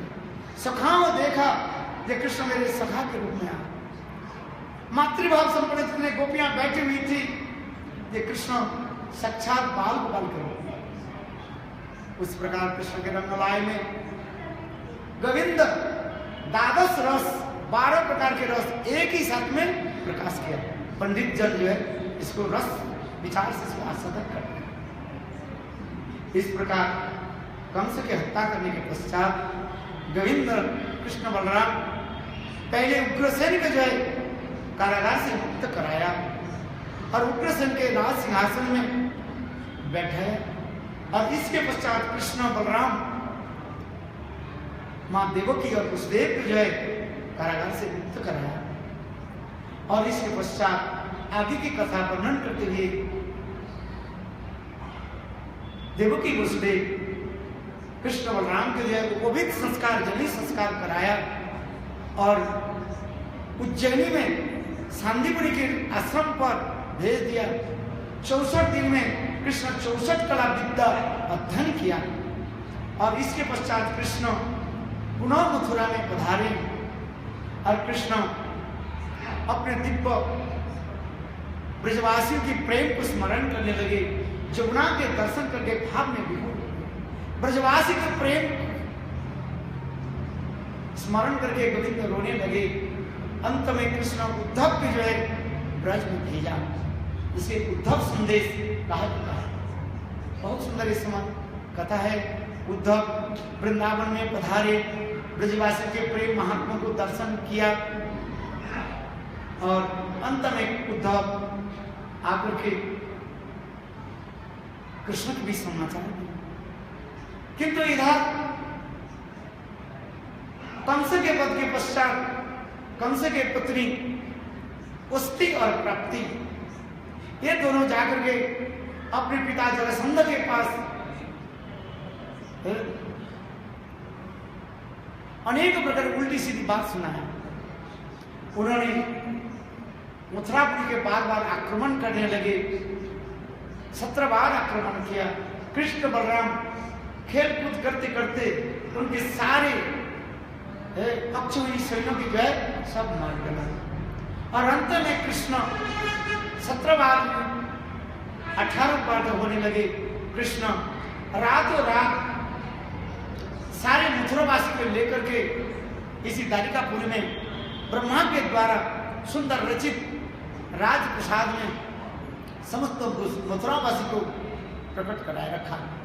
और प्रातः काल में मथुरावासी जब उठे, देखे समुद्र के बड़े बड़े लहरियां होने लगी, चारों तरफ पानी पानी है। इसलिए मथुरावासी विचार करने के रास्ता कहाँ है, दरवाजा कहाँ है। इसलिए वे लोग भाई भी होकर के कहने लगे द्वार कहाँ है, द्वार कहाँ। इसलिए नाम पड़ गया क्या, द्वारिकापुरी। बोलो द्वारिकापुरी की जय। इसी प्रकार भगवान कृष्ण द्वारिकापुरी में रहने लगे, जिसके द्वारिकाधीश नाम में परिचित है। और यहीं पर कृष्ण 16,108 महिषियों के साथ विवाह की और इसके पश्चात कृष्ण और बलराम द्वारिका में रहते हुए अनेकों असुरों के जय संहार किया है। क्यों भगवान इस जगत में प्रकट होते हैं, असुरों के निधन करने के लिए। परित्राणाय साधुनां विनाशाय च दुष्कृतां धर्म संस्थापनार्थाय संभवामि जुगे जुगे। भगवान जुग जुग में इस संसार में प्रकट होते हैं ऐसे दुष्ट दुराचारी को वध करने के लिए, संत महात्मा की जय रक्षा करने के लिए और धर्म के स्थापन करने के लिए। इस प्रकार से भगवान द्वारिकापुरी में रह करके अनेकों असुरों को जो है वध किया। इस कथा को जो है सुखदेव गोस्वामी पाद ने वर्णन किया है। अंत में जरासंध की वध, ये समस्त भी भीम के द्वारा जरासंध की वध कराया। और बहुत सुंदर सुंदर कथा जैसे रुक्मिणी हरण, लीला आदि, महिषी के विवाह, अनेकों जो है उपाख्यान कथा श्री सुखदेव गोस्वामी पाद परीक्षित महाराज के सभा में वर्णन किया। इसके पश्चात सुखदेव गोस्वामी पाद परीक्षित महाराज की द्वारिका की कई कथाओं को श्रवण कराया, जिसमें नृग महाराज की कथा भी सुंदर है। वह बड़े दानी महात्मा थे, राजा थे, आकाश के तारे कोई गिन सकते हैं, किंतु उनके गोदान जो है गाय दान की कोई गिन नहीं सकते। एक दिन नृग महाराज एक ब्राह्मण के 10,000 गाय दान कर दिया। इतने समय दूसरे ब्राह्मण आकर के बोले, महाराज मुझे कुछ गोदान कीजिए। महाराज नृग महाराज ने दूसरे ब्राह्मण के जो है 10,000 गोदान कर दिया। पहली ब्राह्मण के जो गोदान कर दिया, उसके एक गाय आकर के दूसरी ब्राह्मण की गोदान में आई गई। हजारों गाय है, कितने इधर उधर भीतर के कहां देखे, कहां गिनते रहे, किंतु वो ब्राह्मण ने पहचान लिया। वो दोनों ब्राह्मण लड़ने लगे। एक गाय मुझे राजा ने दान कर दिया, वो कहने लगे तो मुझे पहली दान कर दिया। दोनों ब्राह्मण लड़ने लगे एक गाय के लिए। महाराज के पास आ गए, नृग महाराज के पास आ गए। बोले, महाराज आप विचार कीजिए, आपने मुझे तो एक गाय को पहली दान कर दिया, ये गाय मेरा है।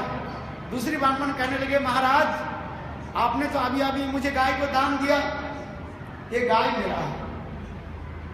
महाराज कहने लगे, देखो चलो इस गाय को उस ब्राह्मण के दे दो, इस गाय के बदल परिवर्तन आपको मैं पुनः 10,000 गाय देता हूं। किंतु दोनों ब्राह्मण कहने लगे, नहीं इसी गाय चाहिए। अंत में राजा क्या करे, निर्णय क्या दे, निर्णय दे नहीं पाया। अंत में वो ब्राह्मण ने राजा को अभिशाप दे दिया, अरे राजन तू मुझे दान दे करके फिर ले लेते हो, गिरगिट जैसे, गिरगिट जानते, किकलास गिरगिट जो रंग बदलता है? कैमेलियन, इंग्लिश में कैमेलियन बोलते हैं, संस्कृत में कहा जाता है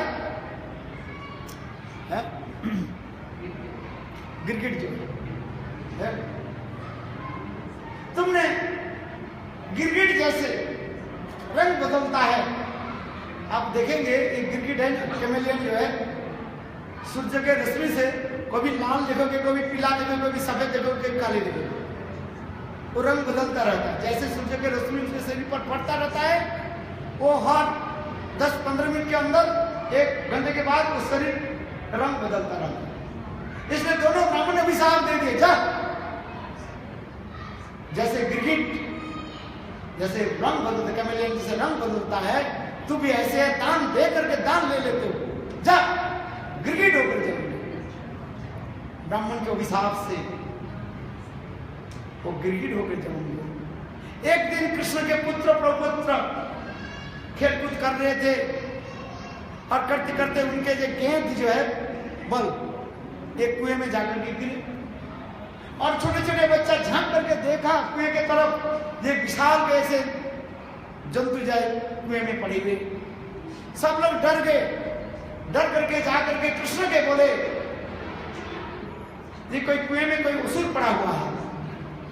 सर्वंतर्यामी भगवान सब कुछ जानते हैं। वही नृग महाराज एक गिरगिट होकर जन्म लिया। इसलिए स्वयं भगवान वहीं पर आए और अपने अंगूठी के द्वारा, पैर के जो थंब अंगूठी के द्वारा उसके ऊपर उठाया। भगवान की चरण कमल की स्पर्श करते, स्पर्श होने के साथ ही साथ वो दिव्य शरीर धारण किया और भगवान की परिक्रमा करके स्तव स्तुति करने लगे देव शरीर में, और अपने सारे जीवन की इतिहास बताया। हे प्रभु, हे भगवान, मैंने जीवन में बहुत दान किया, गोदान तो कर दिया। जैसे मैंने कहा, आकाश के तारे नक्षत्र को गिन सकते हैं, किंतु नृग महाराज के गोदान में निर्णय नहीं दे सकते, संख्या नहीं कर सकते। किंतु साधारण एक ब्राह्मण के अभिशाप से मेरे ऐसे गिरगिट होकर मुझे जन्म मिला, किकलास होकर जन्म। संस्कृत में किकलास कहा जाता है, हिंदी में उसके गिरगिट कहा जाता है, कैमेलियन किकलास। तो भगवान लोक से चले कहने लगे, तुम्हारी मुक्ति कैसे हुआ? तब उस समय कहने लगे, प्रभु आपके जो अमुक दर्शन, ब्रह्मा आदि बड़े बड़े देवता की चरण कमल, आपके जो दुर्लभ है, आपके चरण मुझे ऐसे प्राप्ति हुई। मैंने जीवन में कोई एक ब्राह्मण के जो एक भागवत दान किया था। क्या दान दिया? भागवत दान। ये श्रीमद् भागवत है ना, वहीं पर आ रहे, भागवत कथा को मैं दान कर दिया। कथा कर देखो, भागवत दान दे दिया। देखो, 1000 संपत्ति, धन संपत्ति दान देने से नो जो फल नहीं होता है, कोई भागवत दान कर देता है, उसके फल क्या होता है? भागवत दर्शन। क्योंकि भागवत सत्य, भागवत सच्चा भगवान है। भागवत कथा ही कई दान है। सबसे बड़ी दान क्या है? कथा, भागवत कथा। मुझे कहते तब कथामृतम तप्त जीवनम कभी भी ऋणितम कलमशापम श्रवणं मंगलम। श्रीमदातदा भुवि गृह्णन्ति ते भूरिदाय।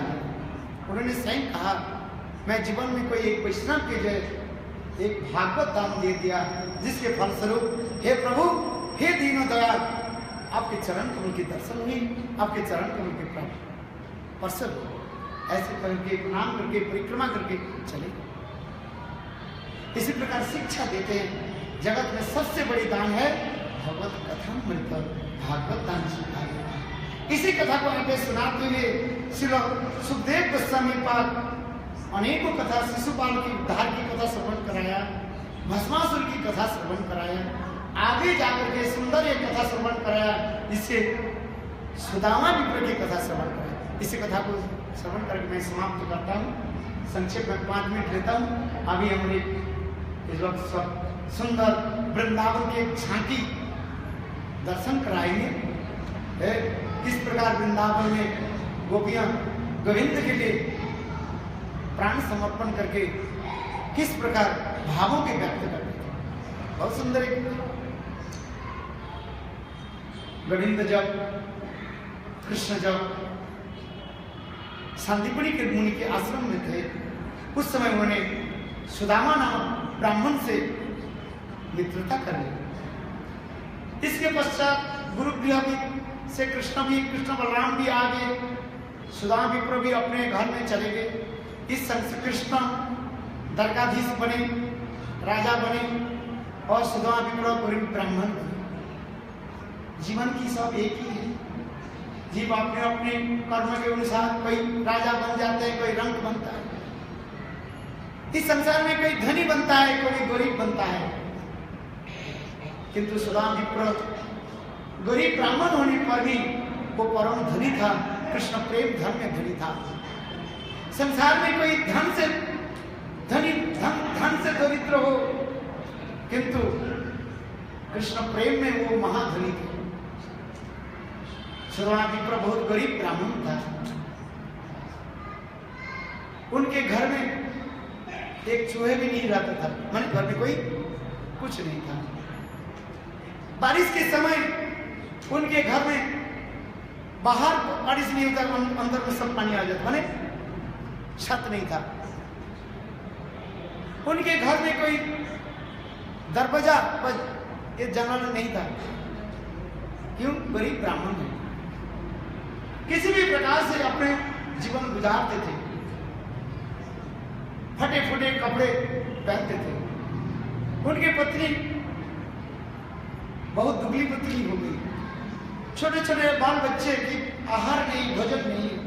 घर में एक गाय थी, बहुत दुबली पतली, दूध कहां से देती। एक दिन उसके पत्नी, सुदामा विप्र की पत्नी कहने लगी, देखो मैंने सुना तुम्हारे बाल बंधु कृष्ण आज द्वारकाधीश है, महाराज है, जाओ महाराज से कुछ धन मांग करके ले आओ। तुम्हारे मित्र है, जरूर कुछ धन दे।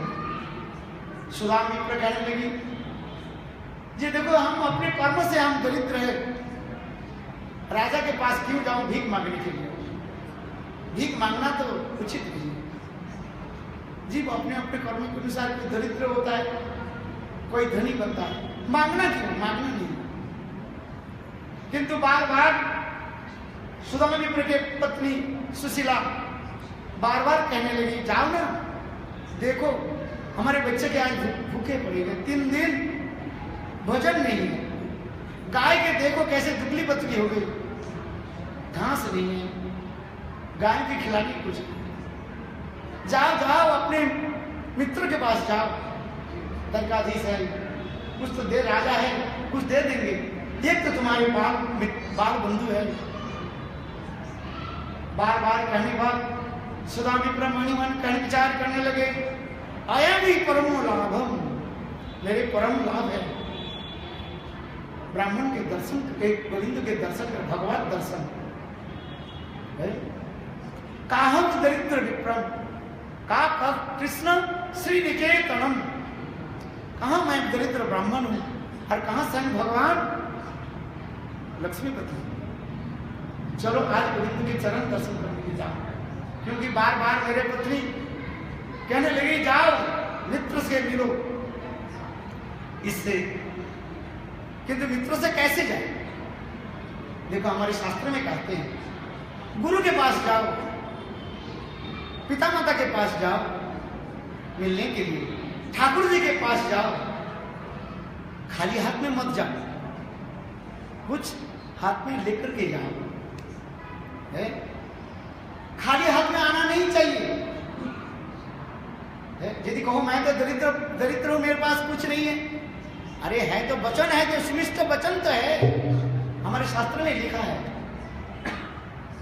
भगवान के मंदिर में जाओ, खाली हाथ में मत जाओ, कुछ भगवान के दो, भगवान में चढ़ाओ, एक फूल चढ़ा दो, कुछ फूल नहीं है, एक पत्ता चढ़ा दो, अरे तुलसी पत्ता भगवान में चढ़ा दो, कौन सा पैसा लगता है? घर में तो तुलसी पौधा है, एक तुलसी पत्ता भगवान में चढ़ा दो, भगवान प्रसन्न हो जाता है? खाली हाथ में जाना नहीं चाहिए। हमारे शास्त्र में ये भी लिखा है, नीति शास्त्र में लिखा है, बड़े डॉक्टर के पास जाओ, कुछ दक्षिणा लेकर के जाओ है? गुरु के पास जाओ, मित्र के पास जाओ, खाली हाथ में मत जाओ, भगवान के पास जाओ, खाली हाथ में मत जाओ। तुम एक पैसा चढ़ाओ तो 10 गुना तुम्हारे पास आएगा, विश्वास करो है? ये शास्त्र के वचन ऊपर किए, तो नीति शास्त्र की बात बता रहा हूं, किंतु शास्त्र में ही प्रमाण है। अरे कुछ नहीं है, मधुर वचनम, मधुर वचन तो है, ये गुरुदेव, हे भगवान, हे संत महात्मा, मैं दरिद्र हूं, मेरे पास कुछ नहीं है, यदि भगवान कभी मुझे दे, आपको मैं दूं। वचन तो है ना, मधुरम वचनम, इसमें कौन सा पैसा लगता है आप बताइए? लगता है। सुंदर आसन है, यदि आसन भी नहीं हो, फटे फुटे कपड़ा तो बिछा दो है? मधुरम वचनम, जीर्णानी वसनम, जीर्ण वसन भी हो तब भी चलेगा है? आइए सुधा विप्र की कथा इसलिए कह रहे सुखदेव गोस्वामी पाद, सुधा विप्र कहने लगे सुशीला, मैं मित्र से मिलने के लिए जाऊं, खाली हाथ में कैसे जाऊं? कैसे खाली हाथ में कैसे जाऊं? रीति की वचन, शास्त्र की वचन में नहीं बताए, बुरा मत मानिए, शास्त्र में लिखा है। सुधा विप्र कहने लगे सुशीला पत्नी तुम बताओ, मैं मित्र के साथ मिलने के लिए खाली हाथ में क्या? सुशीला कहने लगी अच्छा, मैं भीख मांग करके लाती हूं। प्रातः काल में गई किसी घर में भीख मांगने की, और वो कोई व्यक्ति जो है, स्त्री जो है, चिड़वा जो है, वो छान रही थी ऐसे, बोले आगे सुबह सुबह आगे मांगने के लिए ले जा है? वो भी जला हुआ, अच्छी नहीं था, फट है दे दिया। चलो सुशीला ने किया कि सुधा विप्र के फटे फुटे जो गमछा है उसमें बांध दिया है। मैंने कहा ना गोविंद के पास जाएंगे खाली हाथ में कैसे जाएंगे? मित्र तो परम मित्र है मेरा, जरूर मित्र कहेंगे कि तू खाली हाथ में थोड़ी आया, कुछ तो लेकर के आए होंगे जरूर है, तो मैं क्या मुख दिखाऊं? इसलिए सुधा विप्र ने किया कि सुशीला के दिए हुए वो जो चिड़वा जो है जल गया, अच्छा नहीं था, उसमें बंद करके ऐसे लटक करके चल गए, खाली पैर में चलते लगे है। ये पोरबंदर की कथा है, सुदाम विप्र पोरबंदर में रहते थे और द्वारिकापुरी केवल 400 किलोमीटर हो गए, 400 साढ़े 400 किलोमीटर पैदल पैदल चले पोरबंदर से द्वारिकापुरी चलने लगे। ना जाने कितने दिन, 8-10 दिन तो चले होंगे सर, चलो जैसे भी चले। सुदाम विप्र मनी मनी विचार करने लगे। कृष्ण जब सांदीपनी मुनि के आश्रम में थे उस समय तो हम मित्र थे, आज वो द्वारकाधीश बन गया। मैं दरिद्र ब्राह्मण हूं, क्या मुझे पहचानेंगे? मैं उसके वही मित्र हूं, क्या मुझे समझ पाएंगे? ये तो अनेकों साल, आज तो कितने साल हो गया है? उस समय वो ब्रह्मचारी थे, आज तो वो गृहस्थ बन गया। मैंने सुना उसके कितने सुंदर सुंदर रमणियां हैं, रुक्मिणी सत्यभामा आदि 16,108 पत्नियां हैं। पुत्र कितने हैं? एक एक पत्नी में तो 10-10 पुत्र, एक एक कन्याएं। विशाल राजप्रसाद, कौन मुझे घुसने देंगे उस राजमहल में? दरिद्र ब्राह्मण है, मेरे शरीर में तो कोई कपड़ा नहीं है, वस्त्र भी नहीं है, कौन घुसने देंगे? क्यों अरे कहां से पागल आ गया, हटो हटो कहीं। सुदाम विप्र इसी प्रकार मानी मन अनेक प्रकार कल्पना करते हुए चलने लगे। देखो सर्वंतर्यामी भगवान गोविंद मानी मन विचार करने लगे, मेरे परम भक्त नमो ब्रह्मण्य देवाय गो ब्रह्मण्य हिताय च जगद्धिताय कृष्णाय गोविंदाय नमो नमः। गोविंद गायों के हित करने वाले, ब्राह्मण के हित करने वाले गोविंद मणि मन विचार करने लगे, हे सुदाम विप्र तुम मेरे मित्र हो, मैं तुम्हें कभी भूल नहीं सकता। अब सुदाम विप्र जब द्वारिकापुरी में प्रवेश करने लगे, स्वयं कृष्ण द्वारपाल के आदेश दे दिया, कोई भी ब्राह्मण मेरे राजप्रसाद में प्रवेश करे उसके रोको मत और उनके किसी प्रकार से ये रोकथाम मत लगा। सुदाम विप्र गोविंद के नाम लेते हुए आंखों से आंसू की धारा प्रवाहित करते हुए चलने लगे। राजप्रसाद की अट्टल ऊपर छत पर गोविंद देखा, कृष्ण देखा, मेरे परम मित्र सुदाम विप्र आ रहे। गोविंद ने क्या कि जल्दी जल्दी राजप्रसाद से, द्वारकापुरी राजप्रसाद से नीचे उतरे और दौड़ने लगे। सारे द्वारपाल लोग देखने लगे आज कृष्ण के क्या हो गया है? 7 मणु दरबजा है द्वारकापुरी और कृष्ण राजप्रसाद से नीचे उतर करके दौड़ करके चलने लगे। रानियां भी देखे, बोले आज कृष्ण कहां दौड़ रहे हैं?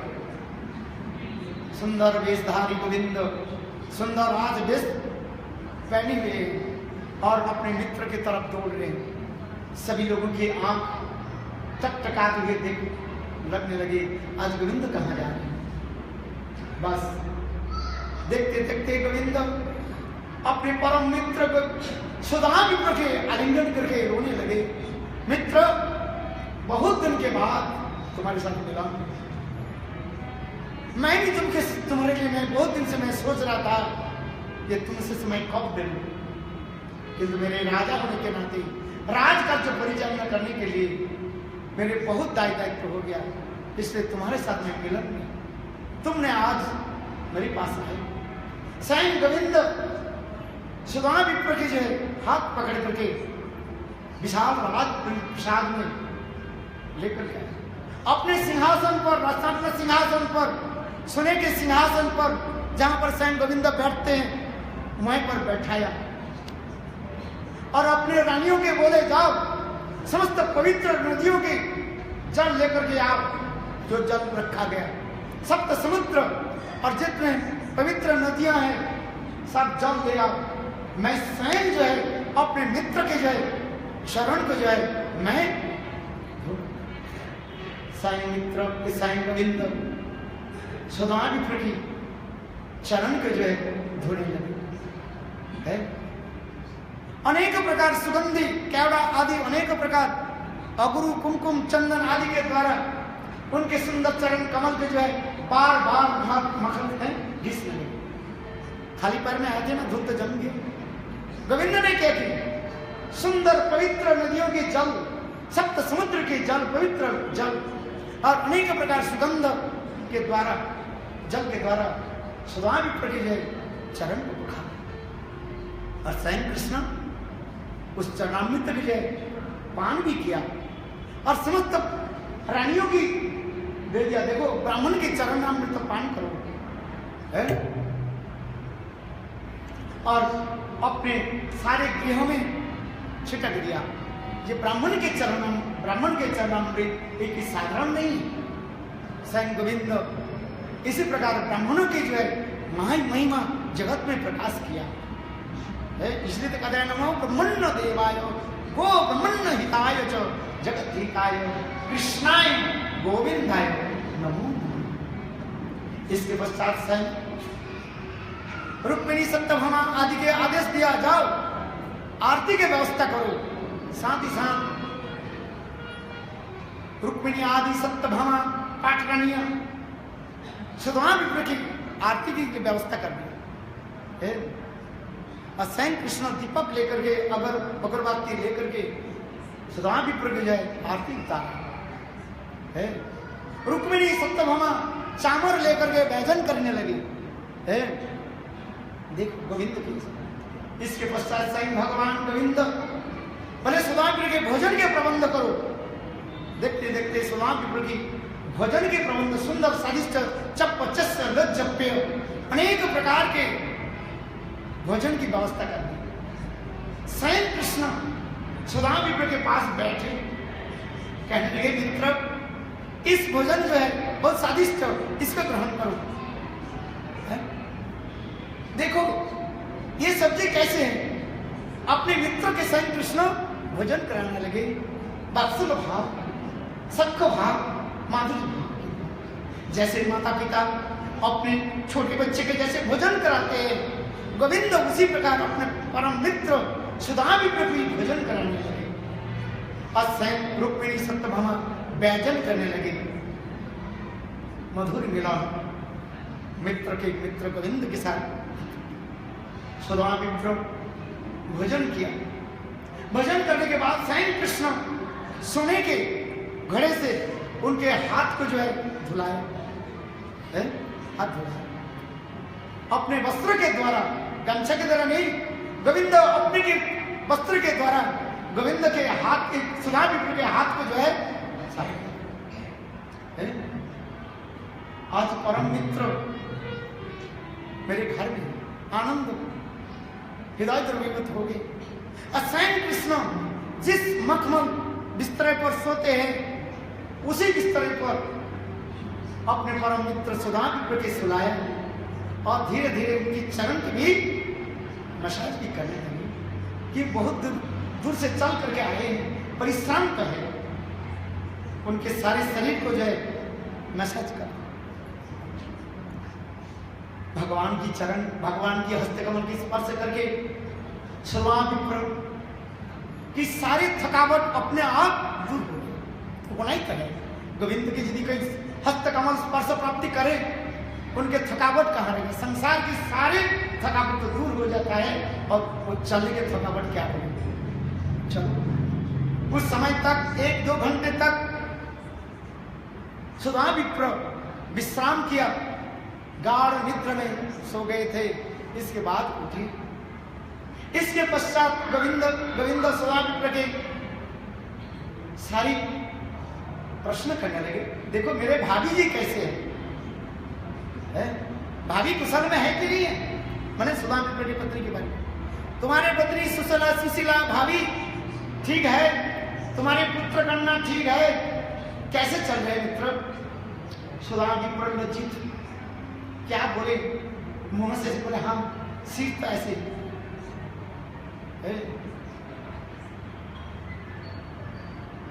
गोविंद कहने लगे देखो सुधा विप्र ब्राह्मण एक मित्र, तुम थोड़ी खाली हाथ में थोड़ी आए हो हमारे घर में, जरूर मेरे भाभी सुशीला मेरे लिए तो कुछ भोजन भेजे होंगे। सुदामा कुछ विचार करने लगे, कहाँ गोविंद की राजप्रसाद, राजमहल, कहाँ राजभोग है। 16,108 पाठ रानियां जहां पर भोजन तैयार करते हैं। इधर काह पाप्यम दरिद्रम का कृष्ण श्री निकेतनम। सुदामा ब्रह्मणी मन विचार करने लगे, कहाँ मैं पापी एक ब्राह्मण हूँ, दरिद्र ब्राह्मण हूँ, कहाँ श्री कृष्ण श्री निकेतनम, और उनको मैं कैसे चिड़वा, वो भी भुना हुआ है, माने जला हुआ है, गोविंद के कैसे दूं? इसलिए उन्हें संकुचिताते हुए, संकोच करते हुए उन्होंने क्या की, पीछे के तरफ ले लिया, कहीं गोविंद छीन करके ना ले ले। तो भगवान भक्त की भूखी, भक्ति की भूखी हुई। कृष्ण बार बार कहने लगे, अरे माइक, नहीं नहीं सुदामा ब्राह्मण मित्र, तुम खाली हाथ में नहीं आए, जरूर मेरे भाभी कुछ भेजे हो।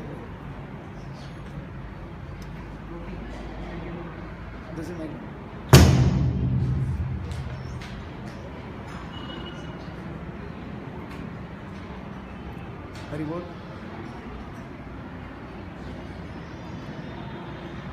नहीं आ रहा, वो आ रहा, जुड़ गया। हरि ओम, हरे कृष्ण। हाँ, कृष्ण ने क्या की, बस सुदामा विप्र जो बगल में ऐसे दबा करके रखा था, गोविंद ने झपट करके ऐसे ले लिया और खोल करके एक मुट्ठी खाई, दूसरी मुट्ठी खाई, तीसरी मुट्ठी खाने के लिए जा रहे थे। इतने समय रुक्मिणी देवी हाथ पकड़ लिया, कहने प्रभु आप तो 2 मुट्ठी खा ली, उनके सब कुछ दे दिया और जरूरत नहीं।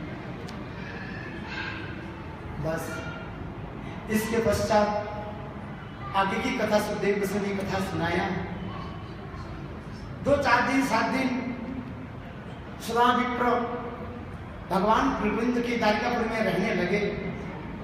इसके बाद मन में विचार करने लगे, मेरी पत्नी और बेटा बेटी तड़प रहे हैं, मानो आंख बिछा करके देख रही है, ये कब मैं लौट करके जाऊं। पत्नी तो इसलिए भेजे हैं कुछ धन के लिए, चलो मैं लौट करके जाता हूं। किंतु मित्र के कैसे मांगे धन की कथा। चलो सुदामा विप्र कहने लगे, कृष्ण मित्र मैं घर चलता हूँ। अरे न और 2 दिन रहो, 4 दिन रहो, ऐसे करते करते 7-8 दिन 10 दिन हो गया। सुदामा विप्र विचार करने नहीं, घर जाना ही उचित है। एक दिन प्रातः काल में सुदामा विप्र कहने लगे, गोविंद कृष्ण मैं लौट करके जाता हूँ, मुझे आदेश दो। कृष्ण कहने लगे, मित्र जैसी इच्छा है। दोनों मित्र एक ही साथ में चलने लगे। कृष्ण सुदामा विप्र कुछ दूर तक चलने लगे और चलते चलते अनेकों जो कथाओं से स्मरण होने लगे। करिए सुदामा विप्र उस दिन की कथा है जिस दिन हम लोग गुरुगृह में थे। एक दिन गुरु माता ने कही, देखो आज रसोई के लिए लकड़ी नहीं है, जलाने के लिए लकड़ी नहीं है, जाओ सुदामा तुम कुछ लकड़ी खोज करके ले आओ। मान लकड़ी इकट्ठा कर, जंगल से लकड़ी लेकर के आओ। जब उस समय चल पड़े तो उस समय मैंने कहा मैं भी जाऊं। उस समय गुरु माता कहने लगे, नहीं नहीं तुम नहीं जा सकते हो, तुम राजपुत्र हो। तब मैंने कहा गुरुगृह में सभी समान है, सब बराबर है। गुरुगृह में कोई धनी नहीं होता है, कोई राजा नहीं होता है और कोई दरिद्र नहीं होता है। गुरु के पास तो सब बराबर है। उस समय आप और मैं दोनों ही जो है जंगल में गए लकड़ी, सूखी लकड़ी इकट्ठे करने के लिए। इतने समय घना घोर बारिश हुई, गांठी तो बांध लिया, चलने के लिए इतने से बारिश हुई। सारे रात हम लोग एक पेड़ के नीचे विश्राम लिए। इधर गुरु माता और गुरुदेव संदीपुनी दोनों ही मन में बहुत क्लेश प्रकाश कर बोले, कहाँ चले गए कृष्ण भगवान। विशेषकर गुरु माता तो रोने लगी। और अंत में प्रातः काल में जब हम लोग आए गुरु माँ हम लोग के पकड़ करके रोने लगे। सदा विप्र क्या वो कथा स्मरण है? अनेक इसी प्रकार कृष्ण एक एक करके गुरु गृह की सारी कथा को सुनाया। इसी प्रकार कृष्ण बलराम 2-1 मील चलते चलते चलते चले। इसके बाद सुधा विप्र कहने गोविंद और जाने की जरूरत नहीं, मैं अकेले जाता हूं। कृष्ण सुधा विप्र की तरफ देखने लगे। बस सुधा विप्र आगे जब चले मन में विचार करने लगे, मैं खाली हाथ में जा रही हूं। मेरे पत्नी तो कहेगी ये तुम तो 8-10 दिन मित्र के घर में रह करके बहुत कुछ खा करके आया, हम लोग के लिए क्या चीज लेकर गए? और मित्र भी हमें एक भी पैसा भी दक्षिणा भी नहीं दिया। कृष्ण सुधा विप्र के हाथ में कोई दक्षिणा नहीं दी, तो इसलिए मन ही मन विचार करने लगे गोविंद तो मुझे एक पैसा भी नहीं दिया, ना एक गमछा भी दिया दक्षिणा के रूप में। अरे कम से कम फटे फुटे एक गमछा तो था, उसमें तो वहीं पर छोड़ दिया। क्यों? जब वो तनाछनी हुई ना है, वो तो फटा फुटा गमछा वहीं तरह गया। अरे कम से कम एक गमछा दे देते तब तो कंध पर लेकर के चलते, किंतु कृष्ण ने तो मुझे कुछ नहीं दिया, ना ये काना कौड़ी दक्षिणा दी। और घर में जाकर के मेरे पत्नी कहेगी क्या लेकर गया मित्र से? बेटा बेटी कहेंगे पापा पापा मेरे लिए क्या चीज लेकर गया?